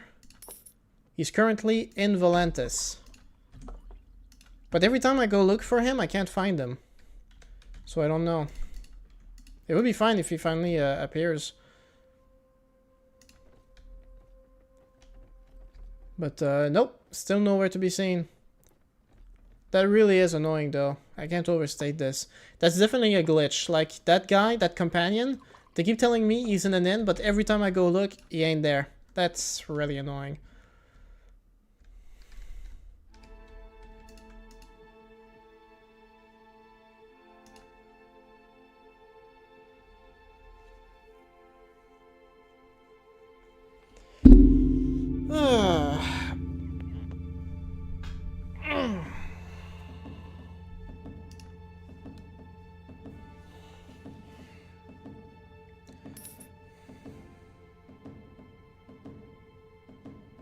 The maximum solubility of sugar in water at room temperature is 70%. So you could have water with 70% sugar in it and it would stay liquid, but above that it would struggle to stay liquid. That makes sense.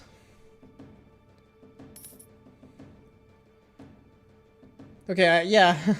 Next game, Bannerlord? Yeah, that's what I'm thinking. I would probably go for either Shokuho or the Old Realms as a playthrough. I'm leaning more towards the Old Realm because I think it's way more fun, like with all the fantasy elements and the spells and the artillery and everything. But it might not run as well. So I might have to do Shokuho instead. But Shokuho, I only played it when it first released. Oh, he's giving me the castle. Well, thank you very much. And I got 600 men in there, Jesus. Well, if I need more soldiers, I know where to get them. Damn. I'm partying.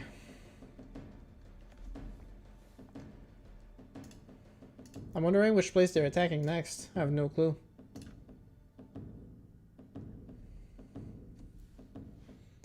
But, yeah.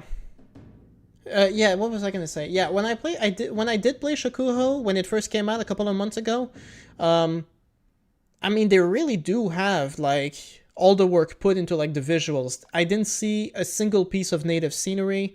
I didn't see a single item from native. So the immersion there is perfect, but in terms of actual features that make the game different, I did not actually see that many. So I don't really know what to expect more from it. I guess if you add your own some mods to it, it can be more interesting. But,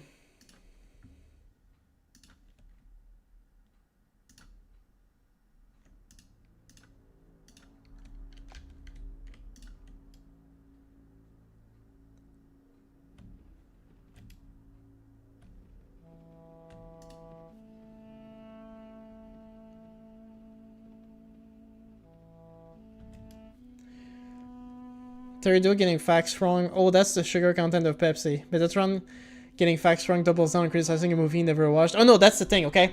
Okay, so how would I do this? I'm gonna double down. I'm gonna double down. No, when I say that Pepsi is 80% sugar, that's what I mean. You know, some weak men, they would concede, but I won't. Dios Vault. Prepare the shield walls, noble ones.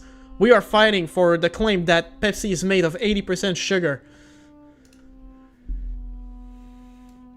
If I could do an actual impression of Metatron's like voice and tonality, that would be pretty good, but I can't, so.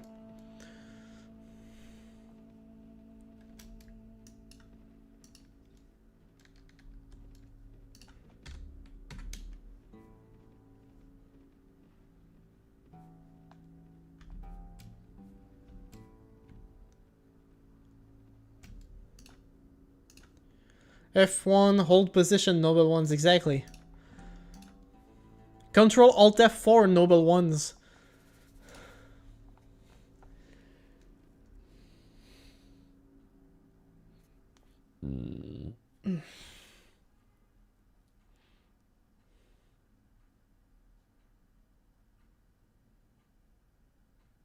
Oh shoot! The Dothraki Kalasar just decided to declare war on every free city. That's interesting. Wow. New motto just dropped. Jesus.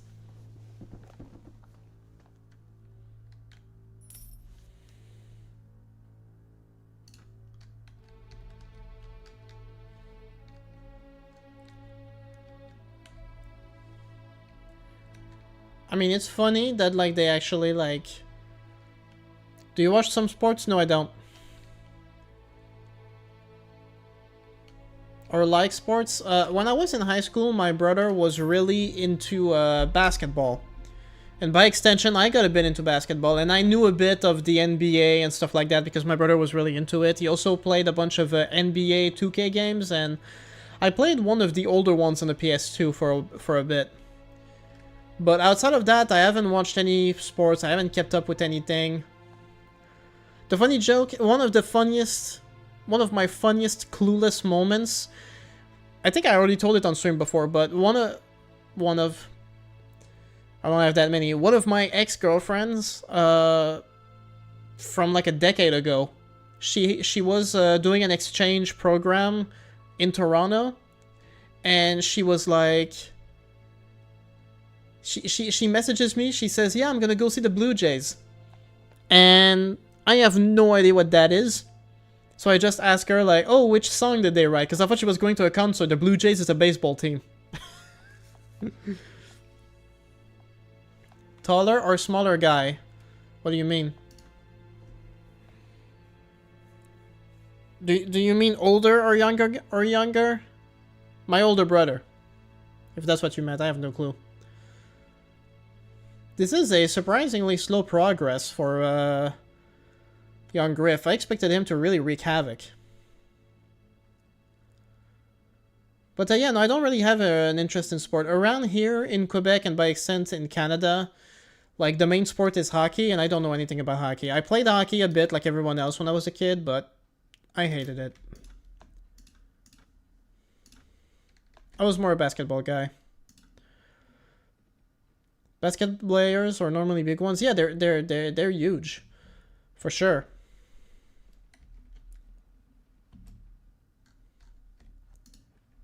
Why is King Renly Baratheon always hanging out where I'm hanging out? That's kind of weird and creepy.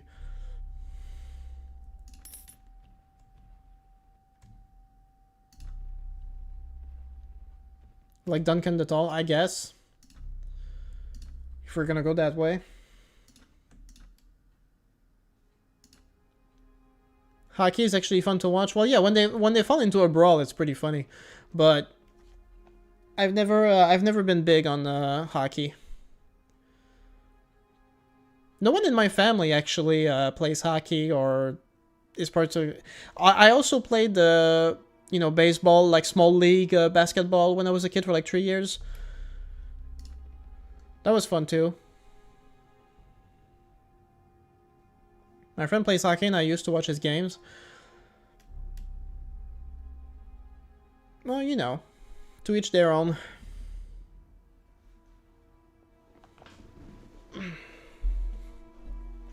I did like playing baseball, but what happened is, like, the reason I got completely discouraged is I basically joined Charlie Brown's team in the third year. The first 2 years were actually no. The first year was ridiculous. For some reason, our baseball team on the first year never lost a single game, and we were not even trying. All the other teams sucked. It was ridiculous. The second year was a bit more balanced. We won some, we lost some. It was fun. It was pretty good. The second year I enjoyed. The third year, we did not win a single match, and that sucked ass.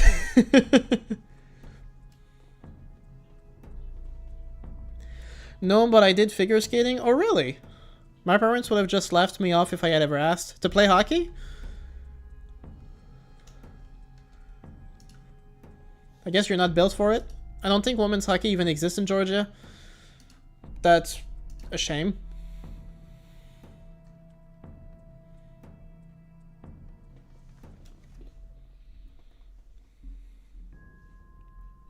So yeah, it was literally Charlie Brown's team the third year of League Baseball.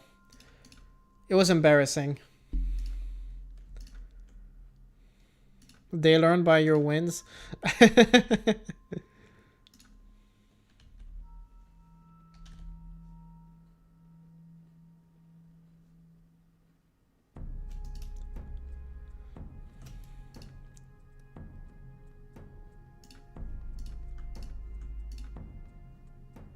Okay, I don't really care about my village. Why am I bothering with this?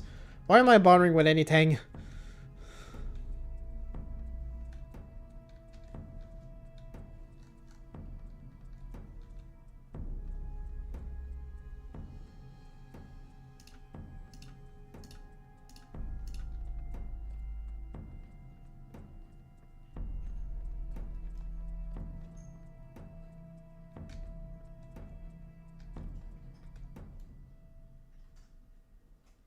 It's honestly impressive how dominant Wayne Gretzky was in the sport.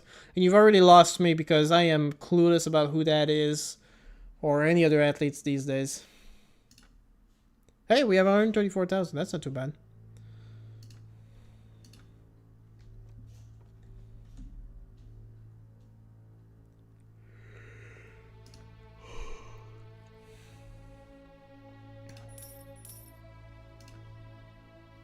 Apparently there's like 8 people here, which would be the peak of this stream.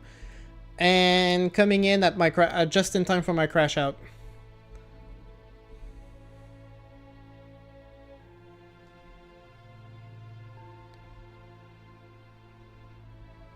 You are Canadian, right? Yes, I am Canadian. How do you not know who Gretzky is? You know Ronaldo, right? No, I have no idea who that is.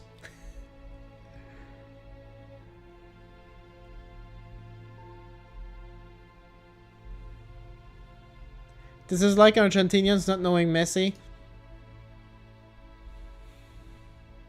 I know one hockey player that keeps being brought up, and it's Carey Price. He's the guardian in the Canadiens team, from Montreal. I think did he retire? I don't even know. I just keep hearing his name. Whenever I hear about hockey, his name comes up, but I don't know why. I don't keep up. Like I said,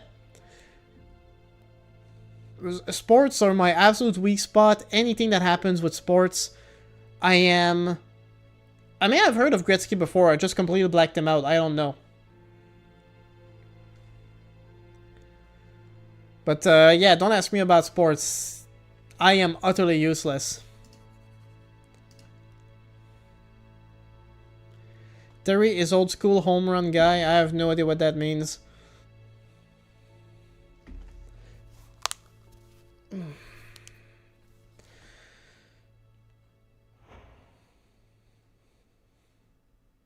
You did rugby yourself? That sounds pretty intense. That sport? I haven't seen much of it, but every time I do, it looks violent. If that's the sport I'm thinking about.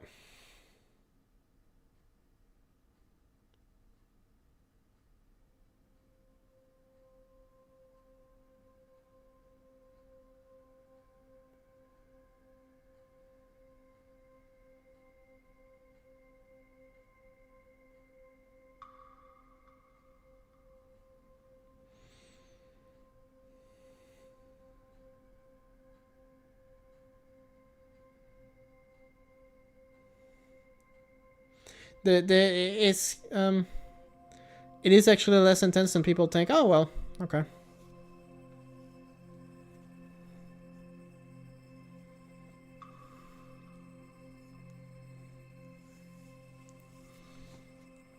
I will say I did really enjoy boxing 2 days ago, but it's really disappointing that my foot is not gonna let me continue until I deal with that injury. But as a workout, it was pretty fun to do boxing.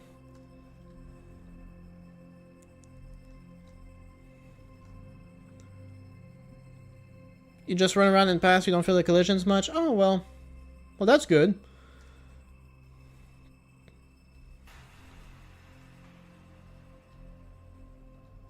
You just run around and pass, and that basically every ball sport? Yeah, basically. Listen, I will say it, okay? My favorite athlete ever is a man that goes by the name of, I believe, Scott Sterling's. Best athlete ever. No matter what sport you put him in, he's the absolute best. That's the one athlete I remember from sports, okay? Scott Sterling.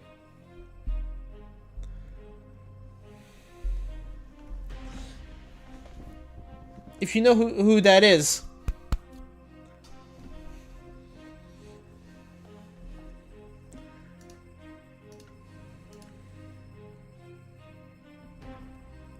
But they gave me... Okay, so they gave me that castle. They're just giving me everything. I think my renown is so huge that they're just giving me everything. They gave me 2 castles, and I'm just doing nothing. I did not fight for these castles. I'm not doing anything. Why are they doing that? They better not give me fell mode. That would make no sense.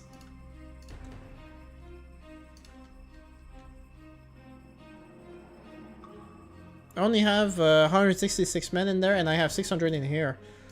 Let me balance things out a bit.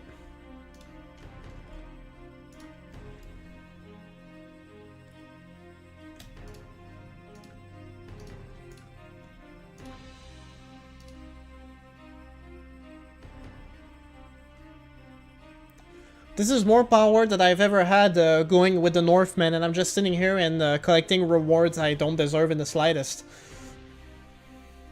It's because they know that if things go to shit, I'll just use Ctrl-Alt-F4, so they're trying to stay on my good side, you know? Isn't that the fictional athlete that had clips in multiple sports? Yes, and every clip is basically him winning the game by getting hit in the face with the ball.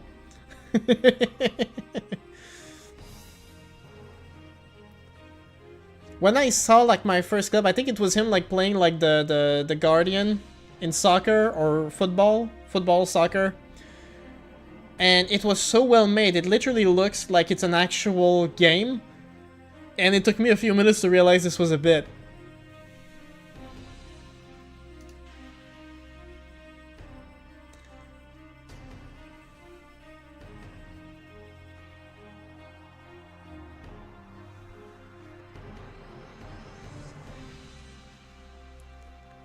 It was actually really good.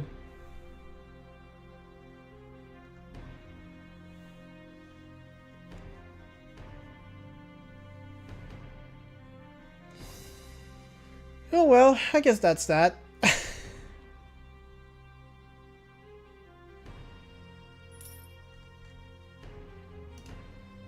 I think I'll need to have like a private live stream test to see if I can get... The other thing is, this is why I'm also conflicted a bit. Like, even if I can get the old realms to run, one thing they do is they release a new update at almost the same time every year, which will likely be in the next few weeks, assuming they release a new version. So, like, I don't want to start too quickly and then a week or two later I get a new version. That'd be annoying.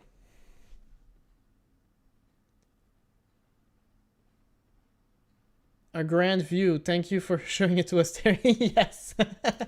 Actually, how does that castle look? Is it like... Oh, that's not too bad. It's one of the Rodak castles, I believe. Yeah. Pretty much. A lot of people around.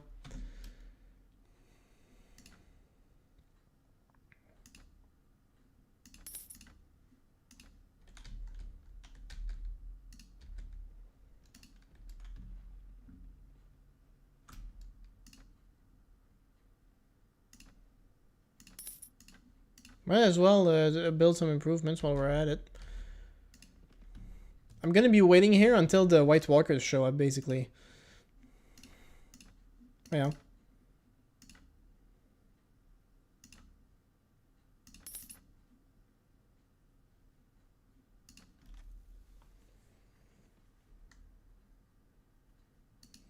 I'm not a castle, but is it a good idea to surround it with hills higher than your walls? Good question. I'm gonna go inspect the castle design more properly. Whoops. I cleared the walls already, but I can't get anywhere from here. Let's go over there. Castle expert here. It is not. That is the dumbest. That is the dumbest castle location I've ever seen. Well, let's see. Jesus Christ. Oh my god. What the... Dude, you could get like a ladder from just that hill and just dump it onto here. And archers like all around just raining down. This is horrible. If you lay siege to this castle in the game, like, where do you attack from? Sandman Day, have you built the obsidian mine for the White Walker invasion? I have not. Maybe I could do that, but I'm crashing out. I won't... Dude, if the siege has you attack from here, it goes to show that the invaders are dumber than the defenders. Because holy hell. Look at this. I bet if you go from on top of the hill and give yourself a good sprint, you have a decent shot of landing on the wall. Jesus Christ, that is so dumb. I mean, I guess the idea is to make it look like you're actually, like, blocking the path. But you can scale those mountains, man, I'm pretty sure. Jesus. This is really bad. Yeah, I don't think I'll bother building the obsidian mine because I am not sticking around in this playthrough long enough for the White Walkers. Not happening.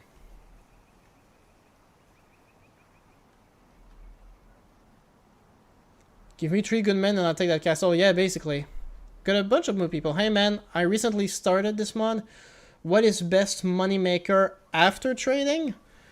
Probably selling prisoners. If you get like really expensive prisoners and you sell them to the Night's Watch, that can make you a decent amount of money. Tournaments, if you enable the expert difficulty and you bet the max amount on every round, you could get up to 12,000. That's pretty good too. And that's pretty much it. After trading, that's all I can think of.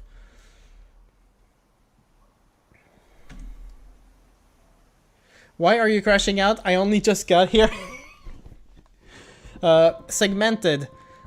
Just so you know, like, I just came back from vacation, but before my vacation, I've been playing this mod for, I think, 2 months. And I did not get anywhere. Like, I keep trying to make money, but everything is too expensive. I try and get things done, but the mod bugs out on me. Like, I was the Lord of Barrowtown, and I would wait there for a siege to happen, and the siege would happen without alerting me, and I would lose my town anyway, even if I had an army. It was so stupid. I got so mad at this. Gotcha, I'm on day 100, I'm struggling hard, everyone is so OP. Everyone is OP, and upgrading your troops is expensive as hell. So I tried to do it the right way for a bunch of sessions, and it's impossible, man. So then I just decided to start cheating on my last stream before before my vacation. And now that I'm cheating, I'm kind of just like completely lost interest. I mean, I can just control Alt F4 on all the armies I don't feel like fighting that I would beat anyway. And all the next events that are going to make the mod interesting are like still so far away that like there's not much to do. So this is why I'm saying I think this is the last time I'm playing this mod. I've done about as well as I could, and I'm really thinking like screw all of this. So we're just hanging out really. And I'm having fun watching like what we end up doing. But yeah, Dorne and Dragonstone and us, House Targaryen, we're all at war with the Westerlands right now, so there's a good chance that they're gonna start losing a lot of stuff around here. I'm not really sure what else to expect. But yeah, it's been crazy, man. So crazy. That's why I'm like, nope. I'm done with this mod. So yeah, how are you guys doing anyway? I came back from vacation, but how are you? What's up with you? We're just chatting, we're just hanging out.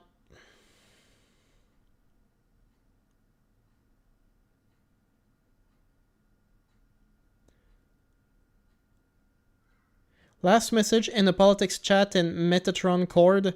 This is probably why I found myself drawn to Evola's thoughts several years back. Context, Evola is like the Karl Marx of fascism.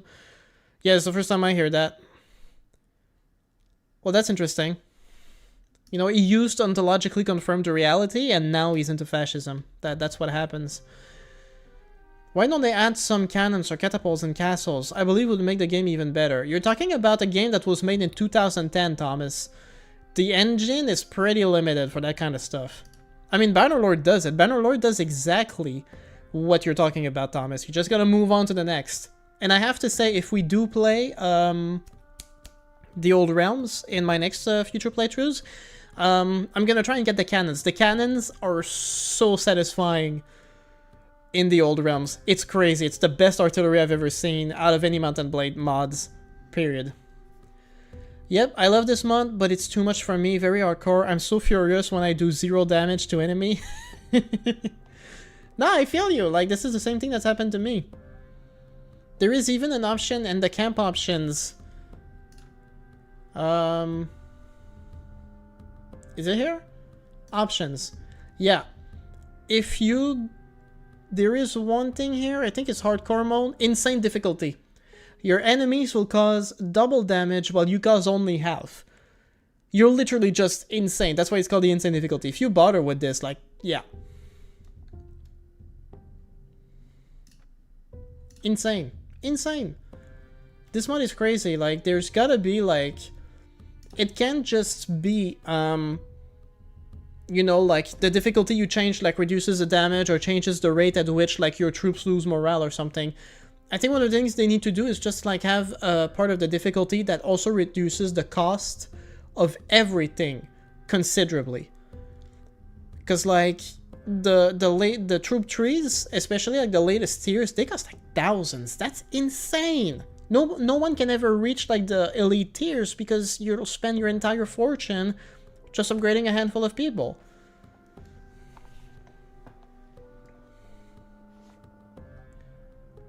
Captain General. That's quite the...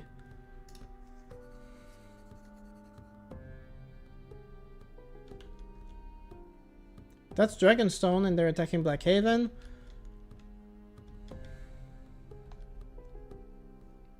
Now they're attacking Fountain.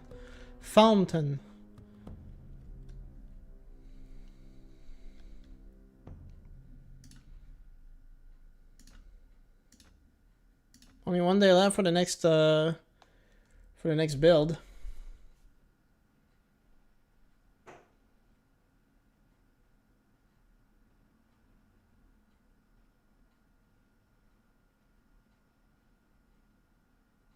Yeah, it would be really funny though if I joined Metatron's Discord as myself, and because he doesn't actually do anything in the Discord, he doesn't notice that I'm there.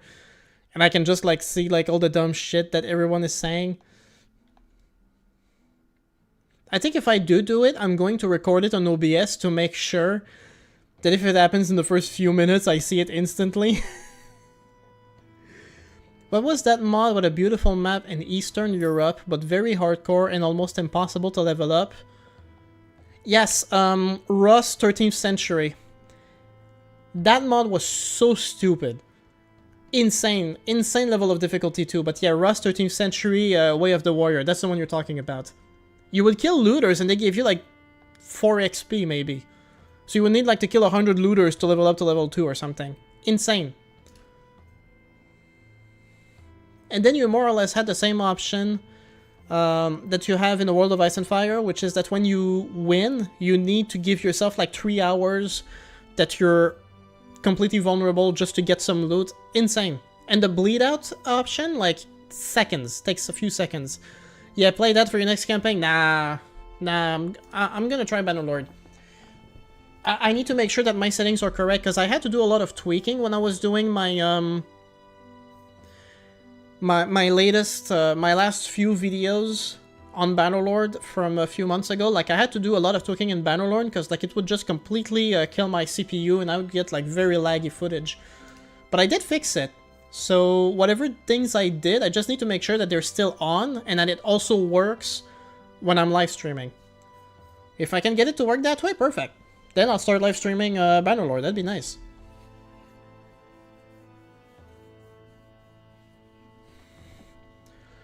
Also, word to the wise, if you ever do live streaming and like you figure out some settings for OBS and it works and everything works, never update.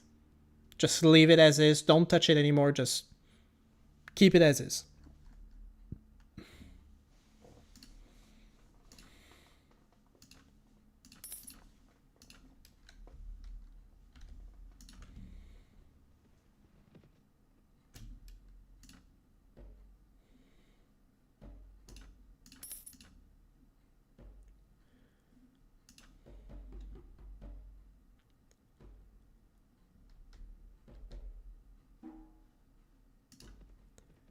That's Kizo, Chinese dev, probably has already made a GTA mod for Warband somewhere.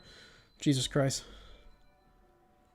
Yeah, you're talking about the one who's made the mods for Dragon Ball Z, Warcraft.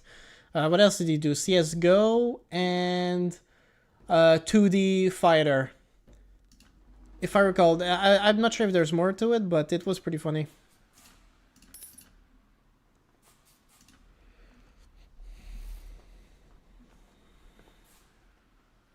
Hey, we got more. That one, yeah. He made nuke in Warband, ha ha ha. You made a nuke? Are you talking about something else? I'm not sure. But yeah, that's I made a video on that like over a year ago, maybe 2 years ago even. Jesus, it's been a while, man. I've been making this stuff for so long. Ugh. Next video is just going to be a recap of the Britain Walda campaign I had before World of Ice and Fire. I'm gonna try and do an updated guide of the personal guide I made from 2-3 years ago as well. And then we'll see what else comes up. I've had some people every once in a while, yeah, he made a real nuke, destroys everything. Well, that's funny. I am thinking of making a video just to like, okay, how would I say this? There's still some people who manage to bring up mods that I've never heard about before, and every time they do, they're like, yeah, but those mods are really old, they're not always complete, they're a bit buggy. And like, maybe I'll make a video of Warband mods, but just like all these dumb, obscure, ridiculously niche mods. So it's all done, you know? That could be a future video.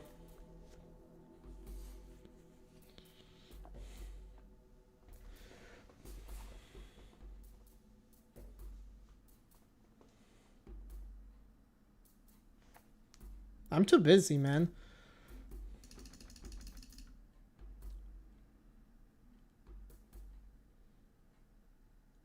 Those are quite the names. Franklin, written like that.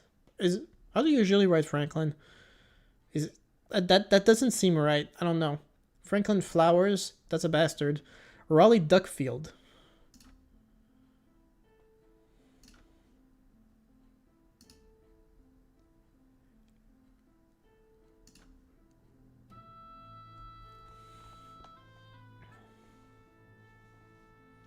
You should rank them anyway and rank the best mod at number 2, then at number 1 reveal that one of your commenters suggested a mod called Native. That would be funny. Try Wedding Dance for original Mountain Blade. I was surprised at how actually good it is. I don't have the original Mountain Blade, and I'm not really interested on covering mods for it, to be honest. But there have been some instances of mods from the original Mountain Blade being ported to Warband. Store's Conquest was one. There is a Western mod that I covered in one of my latest videos that was ported to Warband earlier this year. You should do a parody of Metatron's thumbnails right now for that mod video.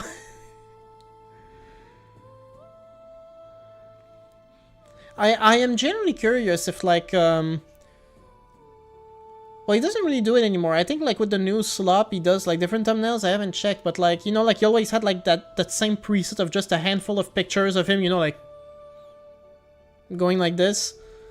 And does that actually help? Like at some point, he should stop putting his face on his video thumbnails and see if that actually performs better. Do you really need to be on the side just smiling? You know what I mean? With a screenshot of a mod, you shocked expression and a red text saying, "It's over for Warband devs," or something. I don't know if it was ported, but I remember there was Nuked Barbarians with John out. Really funny mod. But like I said, I never played the first one. And the video, what few stuff I've seen from the original Mountain Blade, it looks weird. Like, very clumsy and slow and sluggish. I don't know. And Randall Blackfire is back. Welcome back. Hope your vacation went well. It went pretty good. Thank you very much. The issue is that his thumbnails were literally just a random Google image plus text plus his face. Yeah, it's really lazy. If you removed his face, a lot of his thumbnails would just be unedited Google images. You for real? The rest was just like a random image on Google, like no effort put into it whatsoever. I mean, I can't really judge it too much because I do the... Well, I don't necessarily do that myself, but a lot of my thumbnails I will take previews from the mod page and then use that. I don't know.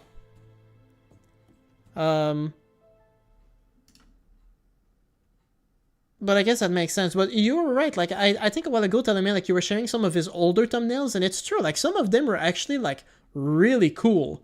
Not that long ago, he was making some really sick thumbnails. And then... Now it's, like... Yeah, if anything, his current reaction slop thumbnails are more high effort somehow. Well, I guess it's because it was a very low bar, you know? Do you know other good medieval games for PC, like Warband Bannerlord? If I could recommend a really good medieval game, it's Kingdom Come Deliverance, but it's also one of the games that has the steepest learning curve that I've ever played. But for me, it was worth it. I really enjoyed the Kingdom Come Deliverance, and I hope to eventually play the second one. Yep, it is pretty much the same as Warband, but repolished, animations are goofy, textures are bad, but it's Mount & Blade. It's the Mount & Blade experience, yeah. But that's what I mean, you know, like there comes a point where it's like when you just go to play the previous games, like it's just clumsier, you know, it doesn't have that much replay value, you know what I mean? Like, if you have games where, like, there's a story from one game to the next that follows, then it's worth, you know, playing the first games. But otherwise, like, you know? Like, I played the first and pretty much only Fallout game that I played was Fallout 4, and because it's a standalone story, you don't need to play the original Fallout, you know what I mean? For what it's worth, I did play afterwards the very first Fallout game, which was before Bethesda owned it, owned the franchise, and it's like a point and click, and it's a steep learning curve that I don't have the mental capacity for anymore. Oh yes, I know that too, makes sense. Talking about the Kingdom Come Deliverance, it was a very good game, seriously. Every time I think about it now, it makes me want to play it again. The main issue is that it's not like it's randomized or anything. When you play it, you're just going to be playing over the same story, playing the same quest, it's the same map, so like once you've experienced it twice, I think if you replay it, it's because you're trying with a different moral compass, or you're trying to do things in a different order. At the same time, because the game is set in a very specific way, what I've learned in Kingdom Come Deliverance is that if you want like a really easy start, and I'll say that for anybody who's played it or intends on playing it, is that one of the first things you can do basically as soon as you kind of become free to explore the game at your own pace is that you just go back to your village. You just go back to Skalitz, where there's a lot of like really high-end bandits and guards that will be fighting each other. Every time you show up, there's bandits and they're all high-end, so you just gotta wait for one to die, and then you just sneak in and drop and grab all their equipment. It's all the high-end gear from the game. So you can basically get all the high-end gear from almost the beginning of the game, and you'll pretty much be set from there. Like, you can get into fights and not have to worry too much. Yeah, I don't have a PC, but that's a really nice game. Well, it's on consoles, Thomas. In case you have one of the latest. I will say during my vacation, I hooked up my brother's PS4 because he gave me his PlayStation 4, and I got his entire library on there. But the one game that I played on the vacation that I actually ended up really enjoying was Last of Us Part 2. Why is that castle against me? What the heck is this? Do they hate that I'm spending so much time in there? Like, why am I at minus 25? How did that happen? Are they just gonna mutiny against me? Witcher games are good too. I have the first two games, and people have told me that they're actually pretty mediocre compared to Witcher 3, which Witcher 3 everyone says is like really, really good. I have yet to get around to that, for sure.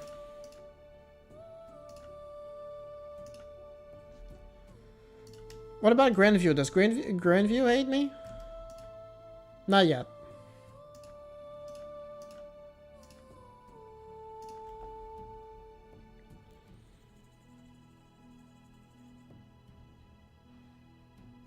Last of Us is one of the best games ever made, I think. That's where I actually disagree. I did not like the first Last of Us, or rather, how would I say this? The first Last of Us, I played, much like Last of Us Part 2, I played years after it had actually came out. I think I bought a used copy for the PS3 original version in 2018. And by then I had bought my PC, so it was pretty much until I started playing on my brother's console this month. Last of Us first part on the PS3 back in 2018 was the last time I played on console. But anyway, I did not actually find as a game, I did not find The Last of Us was a good game in terms of gameplay. I did not find it that interesting. I know it was beautifully made, it really pushed, it cranked the PS3 graphical settings to its max, and it actually looks really good, even to this day it aged beautifully. And yes, the story is very good. But the game, in terms of gameplay, I thought was meh. It wasn't really impressive. Like, you had an option to do like a New Game Plus, which gave you all your upgrades to start over, and I did start it over, and after an hour I was like, nah, whatever, I'm done with this game. However, it was a good story, so I knew that when the HBO series would come out, it would be great. And the HBO series, the first season, perfect. It was amazing. The take on, what's his name? The guy who has his own town, like how they depicted him in his own episode, it was great TV. The few scenes they have with zombies, amazing. The actors, Pedro Pascal and Bella Ramsey, I think they were perfect casting. Amazing overall. Then Season 2 came out, and I had not played Last of Us Part 2, although I did have a pretty good idea of what the story was in there. And I did, honestly, kind of enjoy the Season 2, but I know a lot of people thought that, compared to the game, it was pretty bad. So then, during the vacation, I decided to play the game to see, and now I'm compelled to agree. They did make, I'm not holding any of this against Bella Ramsey personally. I think she's perfect to play Ellie, but they did kind of lose track of who she is in the second game. In the second game, it's all about vengeance. She's just obsessed with avenging Joel, and she's very serious. The Ellie from the second season, it's like they're constantly... The thematic is inconsistent. They're constantly jumping between Ellie as still like this kind of sweet, innocent kid and the one who's obsessed with vengeance, and then keep switching it up, and she also ends up making a bunch of mistakes where sometimes she comes off like not very competent at what she does. It wasn't, it was a bit all over the place.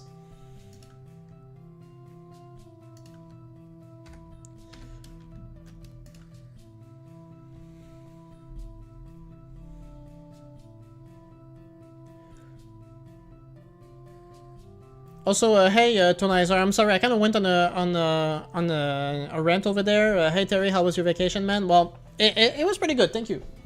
And welcome to the stream. We're just chilling because we're done with this campaign, so just letting time go by, basically.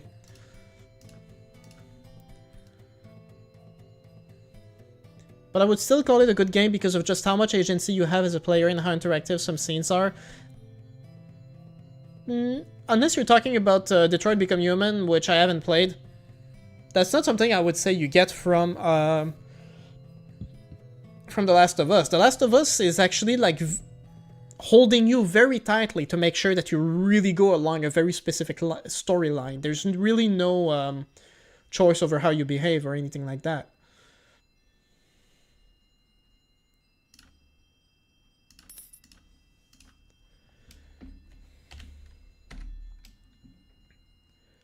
It wouldn't matter if game was like Telltale Games Walking Dead. Well, Telltale games from The Walking Dead, I actually enjoyed much better. Like, if you're going to have a story-driven game, like The Last of Us, it's like The Last of Us, like, I would think, like, to me, like, how would I say this?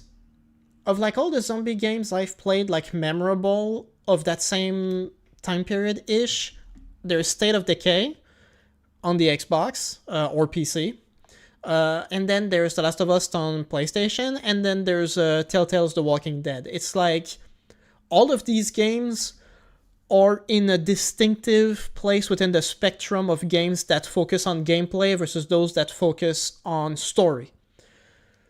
And basically, State of Decay is all gameplay, no story. Telltale is all story, no gameplay. And The Last of Us is an attempt at being like in the middle, if you will. Not intentionally, but yes, you're talking about Detroit Become Human. The Last of Us is the opposite. It might as well just be a movie. Okay, so we're in agreement. Yeah.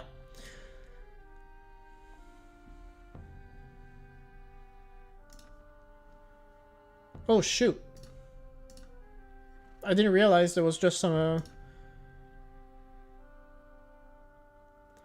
Okay, well, we're having fun here. Let me see how many of them I can take out before I run out of arrows. Oh, that's loud. It is kind of realistic that all three of your characters dying early on is not a very interesting story. Well, no, again, like I said, The Last of Us, great story, and as I expected, it made for a great TV show. But as a game, because of that, I did not find the gameplay all that great, and I feel like it's being, like, incredibly overrated. But to be fair, I did enjoy the gameplay a little more in The Last of Us Part 2. The one thing I will say is that there's a lot of segments that are still very story-driven, like flashbacks and stuff. And those would make playing the game again very boring. Because like, if you already experienced them, you know what's gonna happen. It doesn't really matter. Well, there you go.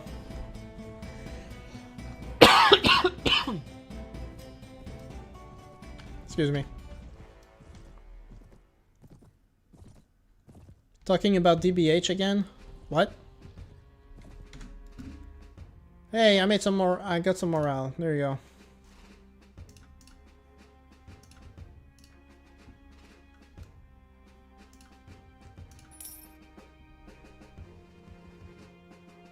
Oh no. 43. Maybe I can take him on. Just need to find a horse. Oh, I see one over there.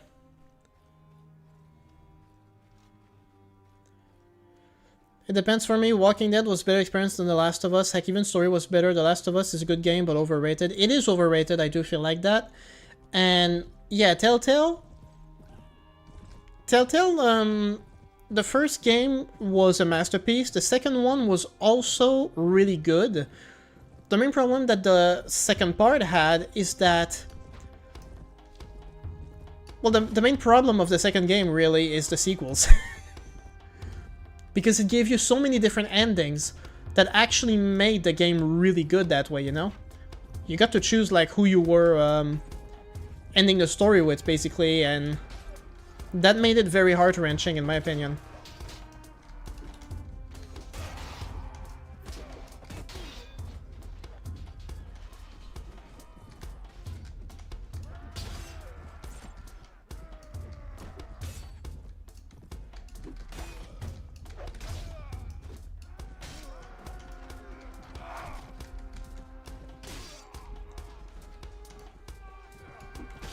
I'm surprised at how many of my companions were able to fight off.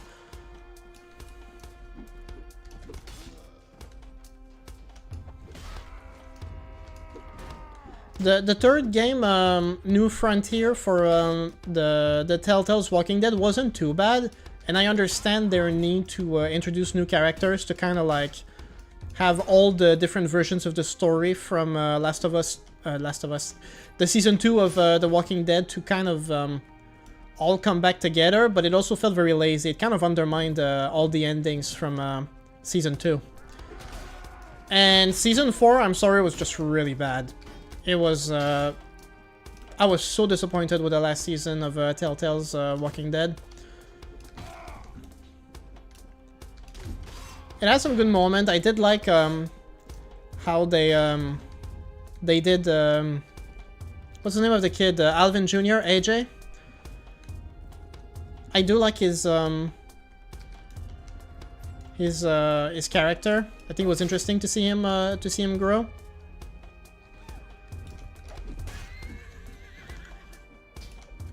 But there's just like a lot of different things that kind of I liked third part. After that is very bad. They fall, I guess is what you're trying to say. Yeah, I'm having a hard time making my media critic when I'm stuck fighting in a battle, but I'll be back to it, I promise. It's been a couple of years, but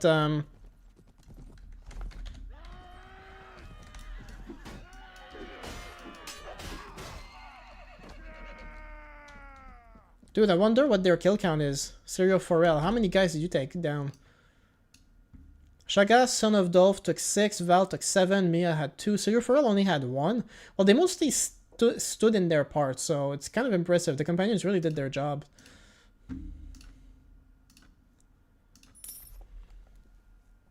Season 4 was rushed and underdeveloped because the company went bankrupt. I disagree, I think, because when they announced their bankruptcy, I think the voice actress that voiced Clementine said that by that time, it had already been written and recorded. So all of the script and all of that stuff was done before everything before they went under.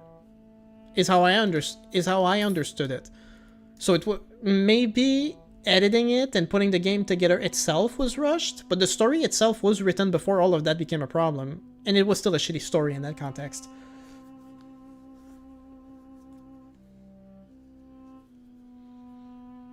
Like, I kind of understand what they were going for.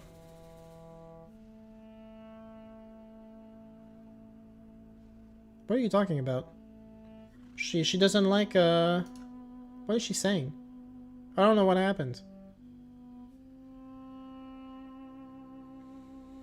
But yeah, anyway, I played The Last of Us Part 2 during my vacation, and I do agree that the season 2 of the HBO show dropped the ball. Mostly because like they failed to stick to the maturity levels of Ellie at that point in her story. I think that was the main drawback.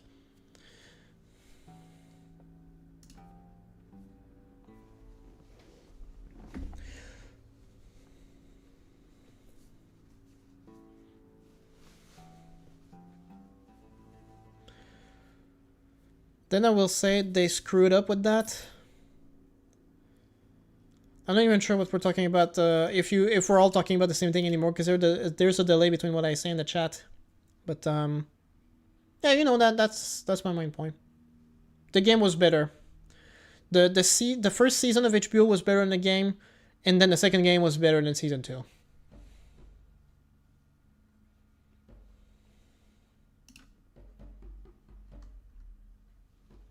Hey, we got Storm's End. Is Storm's End a town? I think it is. So we got Bronze Gate. Pretty much cleared out this whole area. Dragonstone cleared out this area. So that's all they've got here. And we'll probably be moving against King's Landing soon. Oh no, ambush.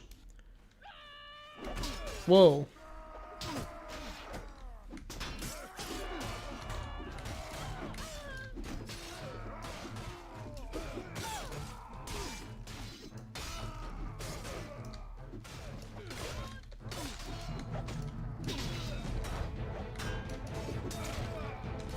Come on, Syria.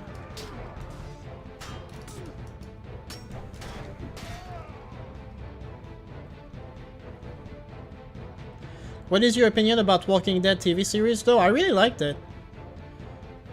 I did tune out of it for a while.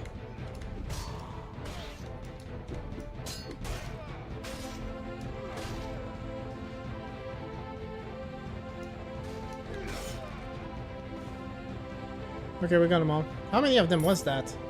850? That means it was like 17 of them?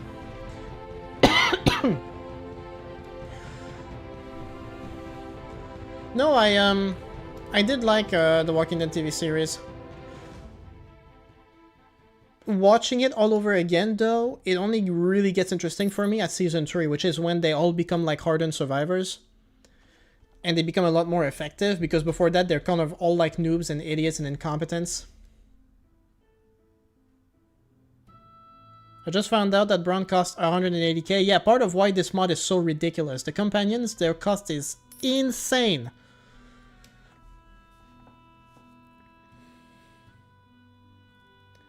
Are you gonna watch A Night of the Seven Kingdoms? Well, sure. I mean, I don't have HBO, or rather, like, I had Crave, but HBO's no longer on it anymore. Like, it's weird. I'm gonna see, we'll see. I mean, I am a fan of the universe and all, but I was mostly invested in the main story, which is what Game of Thrones was. The spin-offs and the prequels and whatever, like, they're obviously an attempt by HBO to just capitalize more on the franchise. That doesn't mean they can't be good, but, like, they come with, like, their own level of investment. And if it's not necessarily the same characters or not necessarily the same intrigue, then all you're really selling to me is the universe itself. And I have to get into the story. I do like House of the Dragon, and I'm looking forward to Season 3 of that, but it took a while to build up to where it is now, I have to say. By the way, you watch anime? No. It's not even a preferential thing. I've just never been exposed much to anime at all. When I was a kid and Naruto was coming out like one episode per week, there was a while that I was watching Naruto. I watched a bit of Metabot, which was another anime, and there was one, Beyblade, I think it was called. That was another anime I used to watch. I saw a tiny bit of Pokemon, but since I was maybe 10 years old, I have not come across any anime whatsoever, and it never occurred to me to actively look for any animes to watch, although a lot of people keep telling me that some animes are actually, like, really good, and I'm willing to believe it. It's just, I'm not even avoiding it. I'm just like, it hasn't occurred to me to watch it, to try to watch any animes at all. Like, to be fair, I don't watch a lot of stuff anymore either. So I stopped watching TV shows because I just never have the time to really get invested in them. So now I just watch movies, and even movies, I don't watch that many. My life is it's something.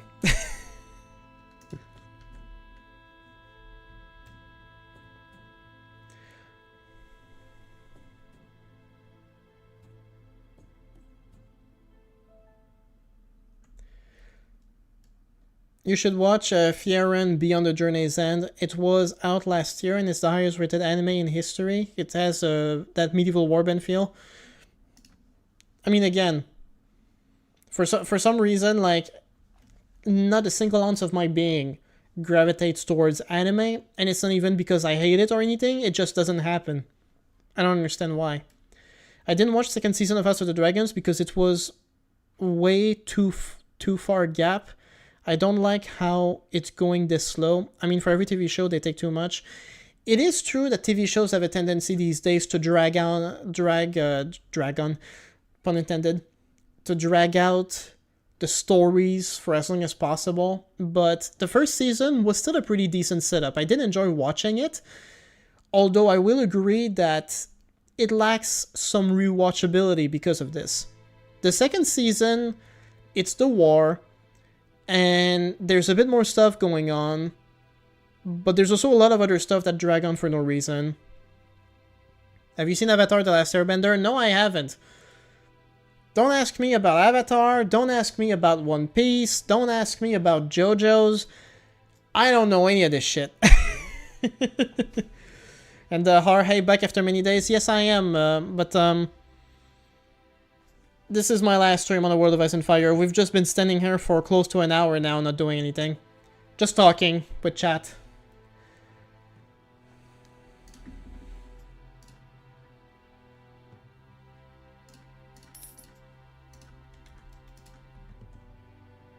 To be fair, that one is not anime. JoJo's? I don't know, I'm just saying stuff. My stepson watches a lot of anime constantly. He almost only watches anime. And I see JoJo's Bizarre Adventure in there from time to time, and I don't know, it looks like an anime to me. It's not. Just watch One Piece. It gets good after 400 episodes. Yeah, Jesus Christ. I've actually made my that joke to my stepson. I said, I actually think anime is better when I watch it at random with no context. Every time he watches One Piece, and I look at the TV screen, something is happening that looks so wacky that I can't help but laugh. I'm just like, I don't know what the fuck is going on, but that's funny as fuck.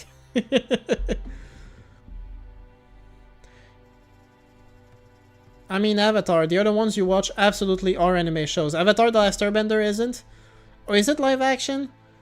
Was there like something called Avatar and then they did an adaptation of that like live action or something? Avatar, that's the one with the one that has like the blue arrow on the forehead, right? That's all I know about Avatar. If that's even what that is, I don't know. It looks too wacky for me, man. I can't.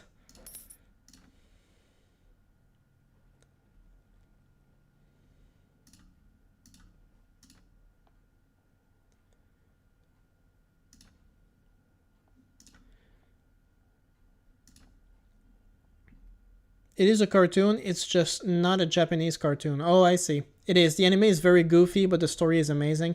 I'm sure, but I can't. I can't. I don't have that mental capacity in me. Oh, that's why the morale is so low. I need food.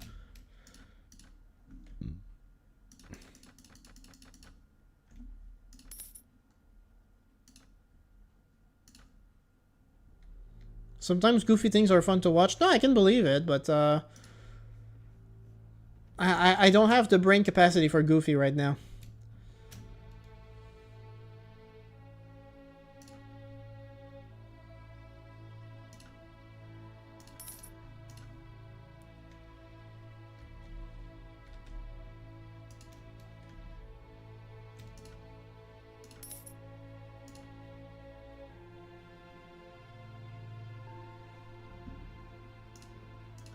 Well, like I said, it's not so much that anime like isn't for me or whatever. Like I just don't gravitate towards it at all. It's like I would have to make a conscientious decision to actually pick up an anime and watch it. It just never occurs to me to do so.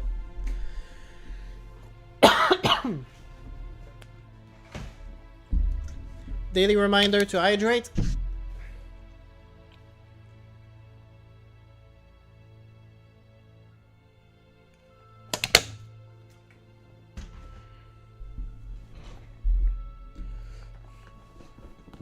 Yeah, I think, Car, you had like 8,000 minutes. 133 hours is still a serious commitment to just sitting down and watching. What I will say about myself, though, is and this is something I do hate, it's that my attention span is not nearly as good as it used to be anymore. Like, I kind of rediscovered recently the joy of just sitting down and watching a movie and not doing anything else. But like in the morning, for example, I like watching like my politics on YouTube, or I like to, maybe sometimes I'll watch like a mini series on YouTube or whatever, but a lot of times, as soon as I'm done eating my breakfast and I'm on my coffee, I have like this strong urge to just be doing something on my phone while the thing plays on my iPad, and I hate it.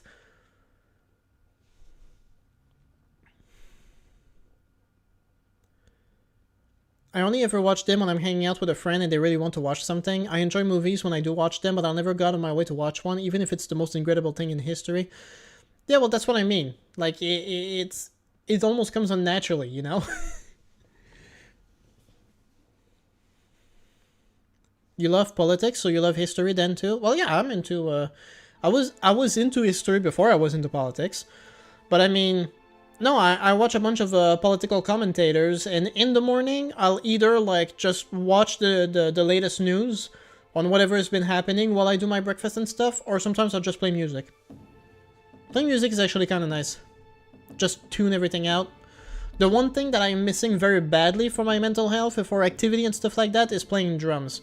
This is the one thing I keep forgetting, is that I used to play drums, but I haven't played regularly in over 10 years. If I had a drum set, I would be playing often, I feel like. Just to blow some steam, relax, you know. It's the one thing I'm missing. It's just a proper outlet. I'm actually losing interest in playing video games altogether. This is another thing I discovered. Because I don't have the mental capacity to discover new games anymore. Like, every game naturally has, like, a learning curve where you're trying to learn the gameplay and get used to everything. And I barely have any mental capacity for that anymore. Sometimes I'm just like, if it's even mildly complicated, I'll just fall asleep. This is what happened, like the last game that I tried to learn was Cyberpunk 2077, like a month ago, or a month or two ago. I played for maybe 4 sessions, and every time within an hour, I was just like, I can't. I thought I am the only one who sees random political shorts in YouTube or Real and Breakfast. Lol. No, okay, calm down now. I don't watch shorts or reels or whatever. Like, for example, I'd be watching like Sam Cedar, okay? Like Sam Cedar, like he's got like his own show that he does for like 2 hours every day, and then his editors cut every segment into clips that last like anywhere from 15 to 40 minutes. And I just let it play and I just listen to the news while I do my thing. You know, that's what I mean when I listen to politics. Whenever like I do breakfast or anything, I like to have a video that's at least 30 minutes long that's just playing. So I don't have to constantly go back and change videos, you know what I mean? I lost capacity to games a long time ago. I played 2 same games for years, I don't know. Just, it's too exhausting. Exactly, no, that's what I'm talking about. And this is what happens. You know, I look at my Steam library, and there's like maybe a quarter of those games, or quarter to a third, that I've played like completely and know my way around them. And what I've been doing for the past 4 years or so is I'm just cycling these games, going back to them again, because I'm just trying to game, I'm just trying to relax, but I don't have the capacity to learn a new game, so I'm just going through these games again. But now I'm losing interest in those games as well. Like, I'm looking at all the games I have that I do know how to play, and I'm like, I don't feel like playing this. And then I look at all the other games I haven't played, and I'm like, I don't think I have the capacity to learn them. So I'm kind of just sitting there doing nothing. To be fair, the last game in the past month that I've discovered that I've come to enjoy is Darkest Dungeon. And Darkest Dungeon was pretty easy to learn, although it has a lot of subtleties, but you kind of learn at your own pace, which Darkest Dungeon was a pretty easy game to learn, and it's reminiscent of XCOM, which I really like. So I've been able to enjoy that game. The Last of Us Part 2, what I really enjoyed about it is that because it's a very linear game, and because it's already fairly similar to Last of Us, which I knew, I was able to get into the gameplay very quickly, and then I'm just going along the story and getting from one part of the game to another, and that's easy to follow. So that was fine. I also started playing the God of War reboot on my brother's PS4, and I feel like it's more or less the same. Like, I'm just following along the story. There is a more complex menu for like leveling up and buying gear and stuff that right now I'm just like, ugh, I don't want to deal with that. But the game itself is pretty easy. Big us, man. I can't play new games anymore. I used to play 12 hours plus back in the 2010s, but after I got into university, I got friends and a bunch of projects, so I cannot put my attention in games anymore. No, I understand what you mean.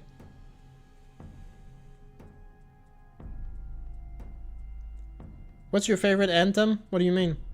For me, last time I played something new was Daggerfall, surprisingly very enjoyable Elder Scrolls. And you see, that's kind of the same thing. I bought Skyrim in like 2019, I think.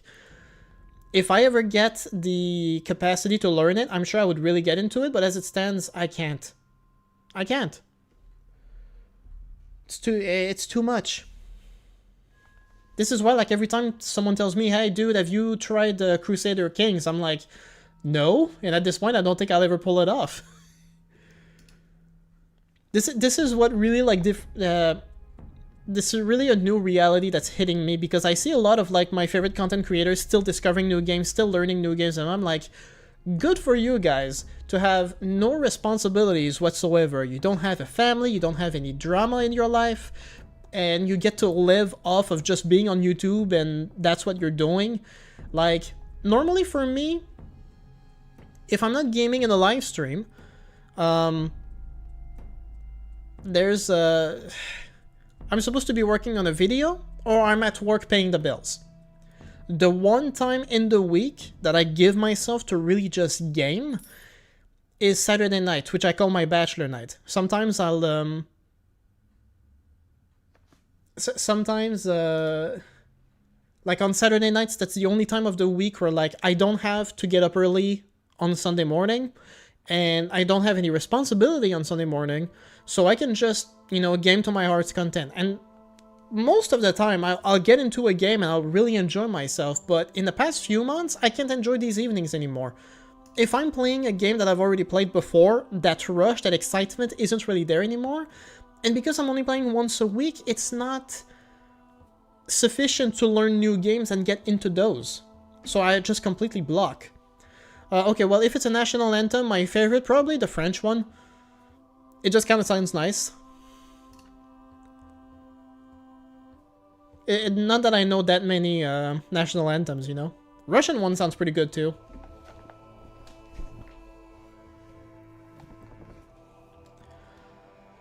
I want to see you once try Morrowind, Terry. I am sure you will lash out. I mean, I'm sure the computer will run it, at least. That's something I don't have to worry about, you know? No, Skyrim is too much. That's understandable. If I tried right now, I would quit it after 30 minutes. Well, when I was first about to try it, that was back in before I moved in with my girlfriend. I would have had the energy and capacity to do it. I was just into other games at the time, so I didn't bother with that one. It is honestly impressive how bad the US anthem is. Well, you know, it's kind of like all the associations you make with it. There's that too. I think it's also overblown. Like, you hear it all the time. This is the one anthem that no matter where you live in the world, you hear and you're like, I don't want to hear it. It's annoying. Leave me alone. You know what I mean? The Canadian anthem feels so generic.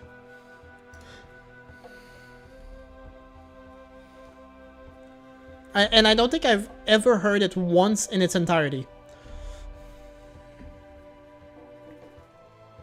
The French anthem, though, like, I can get behind that one.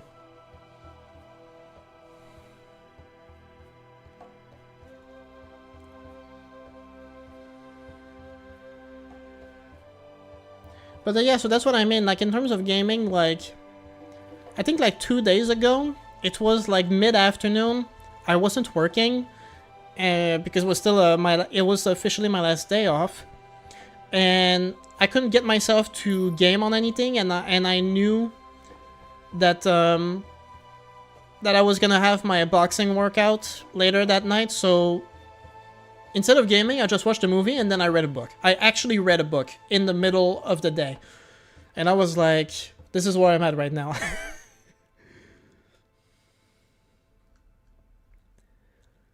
Canada? You mean North US state? Yes, I'm from the 51st state, yes. It's not even me being biased against the US. I hate France more and I love their anthem. Well, fair enough. Yeah, I think, to be fair, France is evil. The evil of France has been completely overshadowed by the British Empire, because the British Empire kind of always had an edge above France, but France was pretty bad too. Still pretty bad in many aspects. I just became like my dad. He is now 56. He is playing GTA Vice City with all cheats and destroying city. Me, I just play Warband with cheats and kill everyone. Yeah, basically. My dad was never much of a gamer, but he did play a bit of games for a while, and I created a Steam account just for him, and I got him a Serious Sam on it, which was one of the shooters that he enjoyed playing when I was younger. And he put like 160 hours in the HD remaster of Serious Sam. You speak French though? Oui, je parle français. Yes, I do. But I mean with a Quebecer accent, of course. Though I can speak I can speak a Parisian French, but I can't do it without also like completely altering my voice, which is really weird. And I can also do a Southern France accent, and partially a Northern accent as well. Part of my list of impressions. Although I do them very stereotypically, which is like borderline racist. But it's my thing, you know, so like when it comes to playing games, like I really don't do that much anymore.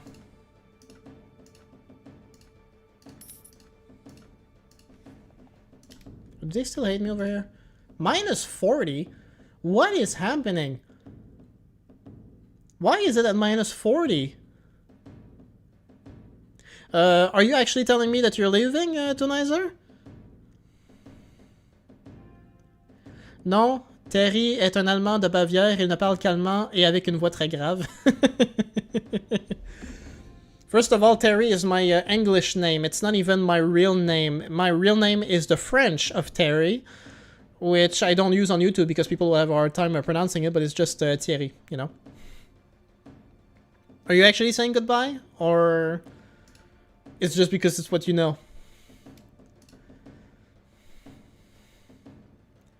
There is this one time when I did go to France. 17 of them? Let's give it a shot. See what happens. No, I'm just testing your French. Au revoir.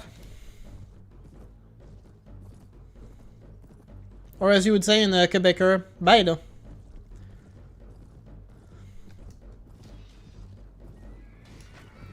Oh, that was cool.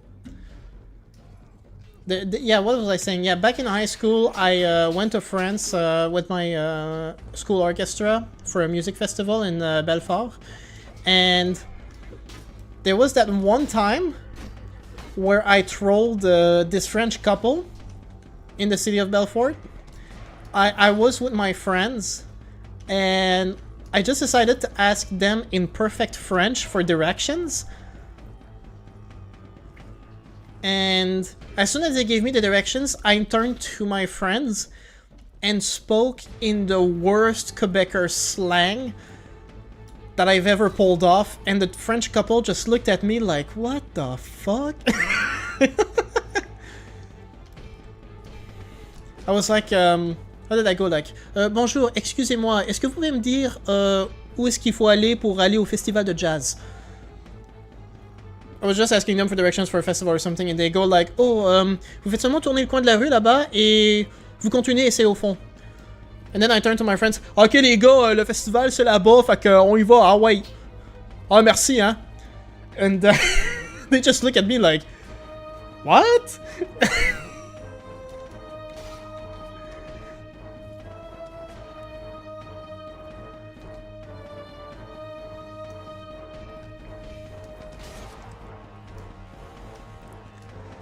And then, yeah, there's one time I entered a bakery and I just started to go full-on French accent. Oh, collègue, je vais te prendre une baguette de pain et un chausson de pomme.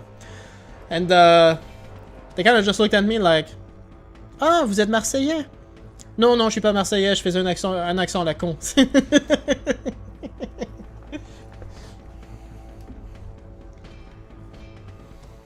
I realize I'm telling half the jokes in French, so now maybe people can't keep up at all, but, you know, it is what it is. Well, it was pretty funny for me, and for my friends. That's for sure.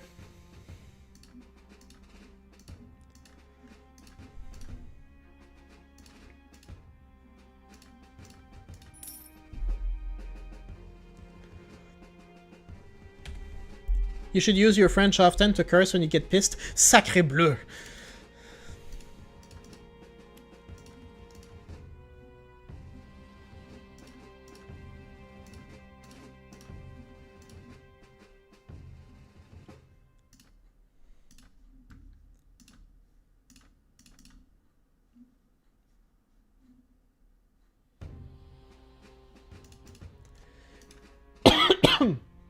Now, if I want to go like super French Quebecer, I'd be like, ah, tabarnak! Sacrement de crise de calice.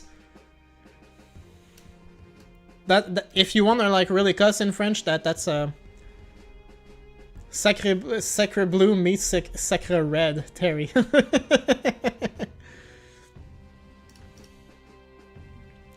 Okay, well, this is your French Quebecer lesson for all of you guys. You want to cuss in French? Your first cuss, okay? Tabarnak. Yeah, a French expert here. I will say for the record, since we were talking about Metatron earlier, I know that Metatron brags about speaking a lot of languages. And I want to be fair here. If you're speaking multiple languages, but you don't get to practice them often, you are going to get rusty, so I want to give the benefit of the doubt. But Metatron's French sucks ass. Like, there was this one video he made, like, on, what was it, Stop Killing Games or something, that he said, oh, I'm gonna do it in multiple languages, and one of them was French, so I decided to listen to it. If I did not already know what he was saying in English, I could have not understood it French. Barely. His accent was horrible. So like I said, I know he's fluent in multiple languages, so I don't want to go too hard on him. It's possible also that he can read and understand and write French really well, but his French sucks. Like, if he said he can speak French fluently, I would say, no, you can't. I'm sorry, you gotta work on that some more.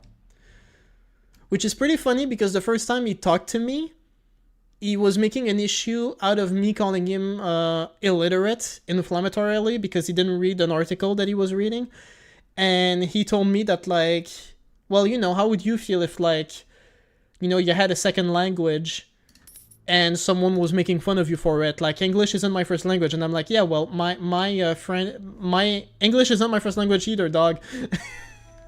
Like, I appreciate that you can't tell that I have a French-Canadian accent when I'm speaking English, but my English is not my first language. I appreciate that you can tell, though.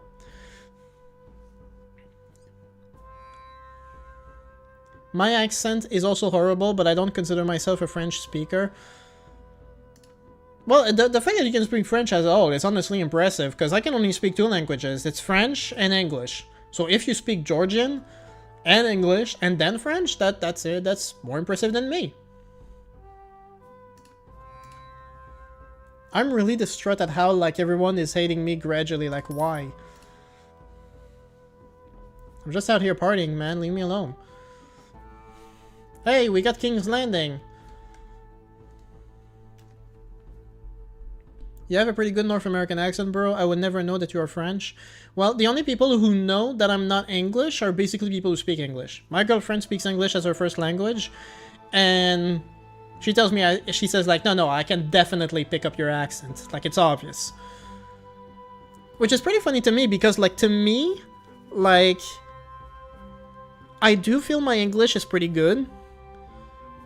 And I've heard other French Canadians speak English, and theirs is broken and obvious. Like, a good example of that is GSP, Georges Saint-Pierre, the retired UFC fighter. His English is horrible.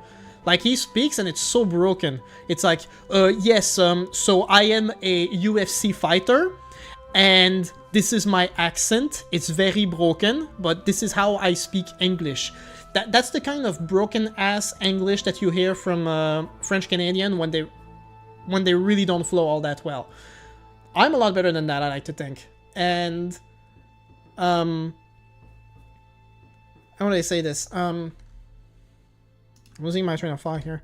I've had some people who don't really speak English much at all who tell me that, like, they've seen some of my content online where I only speak English and tell me, like, oh, your English is so good. I could never tell you apart from someone who speaks regular English. But it's like everyone who speaks English as their first language immediately spot my accent. I can't disguise it. What do I have to do? Like, why do they hate me so much? I don't understand. It's concerning, yo.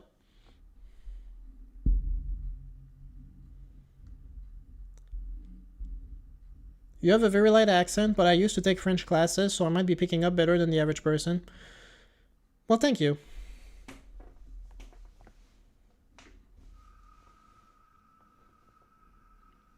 Yeah, I am from Bangladesh. You have a very good English, man. Well, thank you. But I mean, what's your first language in Bangladesh? Like Arabic? Or something? Maybe another more native language to that part of the world?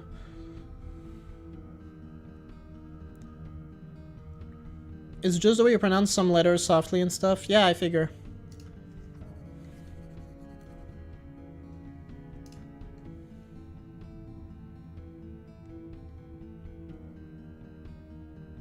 Yeah, you see, I did not even know Bangla was a language.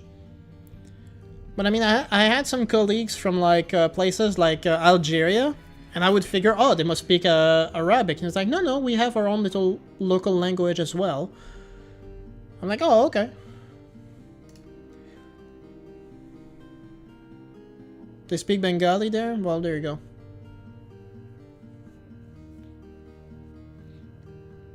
Didn't Stalin speak Russian with a very thick Georgian accent? Not that I would be able to tell, but that's what I read. It's kind of like how also Napoleon would have spoken French with a very thick Italian accent. Or maybe not Italian, but like more native to the island he was from. Which I'm forgetting the name of right now, which is embarrassing because I'm supposed to know that stuff.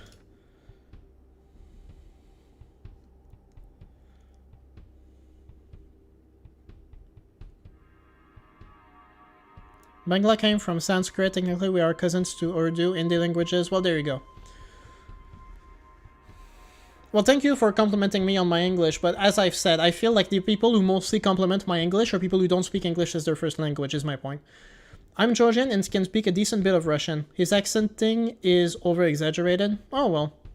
Maybe it was just a way of, like, highlighting the fact that he wasn't, like, strictly speaking Russian, even though he was leading the Russians. Just to say, like, just to highlight that he was a stranger in his own land kind of thing. So tell me, if I understand correctly, you speak Georgian, you speak a bit of Russian, you speak a bit of French, you speak a bit of English.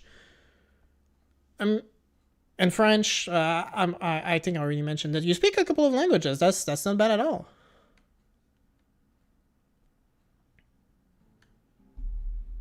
But yeah, that's my point. Metatron's spoken French may have been better at one point, but the last time, the one time I heard him speak French, horrible. I was not impressed. I would not use I would not bring it up as like one of the fluent languages that I speak. I would say it's rusty.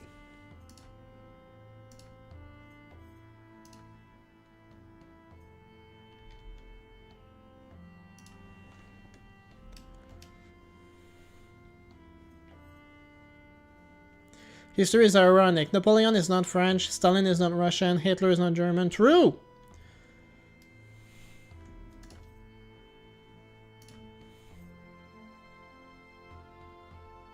And Obama was not American, he was Kenyan. I'm joking on that one. I'm doing the racist Trump shit.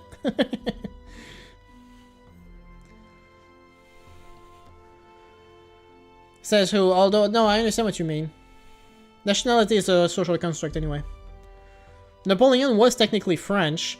The island that he grew up on, it's not Ajaccio. Ajaccio is the town, the capital of the island that he lived on. Jesus Christ. Not Saint Helena, not Elba, it's the other one.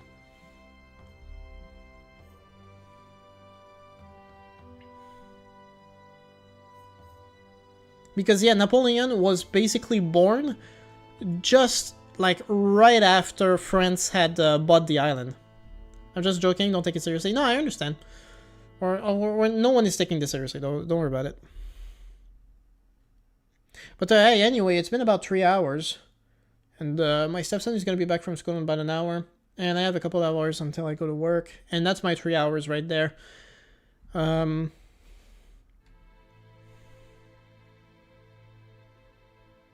It just kills me that the French right would deport Napoleon if he immigrated there today. Exactly.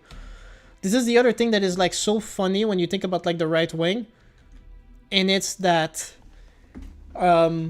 today they think like, oh yeah, you know, like all of Europe, we think of ourselves as like European brothers, European culture and stuff like that. Whereas if you went back like 100 years ago and even today, like the Serbians, right next to whoever it is they're next to, the Serbians and the Greeks, they hate each other. In the Balkans, it's a hot mess. French and English hated each other for thousands of years. Italy with Rome, everyone else was a barbarian. Like, this idea that like today, like the far right is like, you know, like, oh, Europe, European culture, white people, like hell no, like you guys don't realize that like being white meant a very different thing 100 years ago, you know? Bunch of idiots. Anyway, I'm not even supposed to be that political around here, damn it. I gotta keep that stuff for the second channel. Sorry, guys. Not that there's many people tuning in right now, but alright, hey, that was the last session of A World of Ice and Fire. So what I think I'll do is next week I'm gonna do some tests to try and get Bannerlord running. And I'm gonna try and make it so that the next campaign is on Bannerlord, which I think would be pretty fun. And hey, if War Cells ends up coming up soon, then we might just switch to that and play that as part of future reviews I do on it. So yeah, I mean, the first hour of this stream was pretty rough because barely anyone tuned in, but then we started seeing the same usual people coming in, so thank you all, everyone who tuned in anyway. And yeah, that's about it, so you all have a great weekend, and I'll see you next time.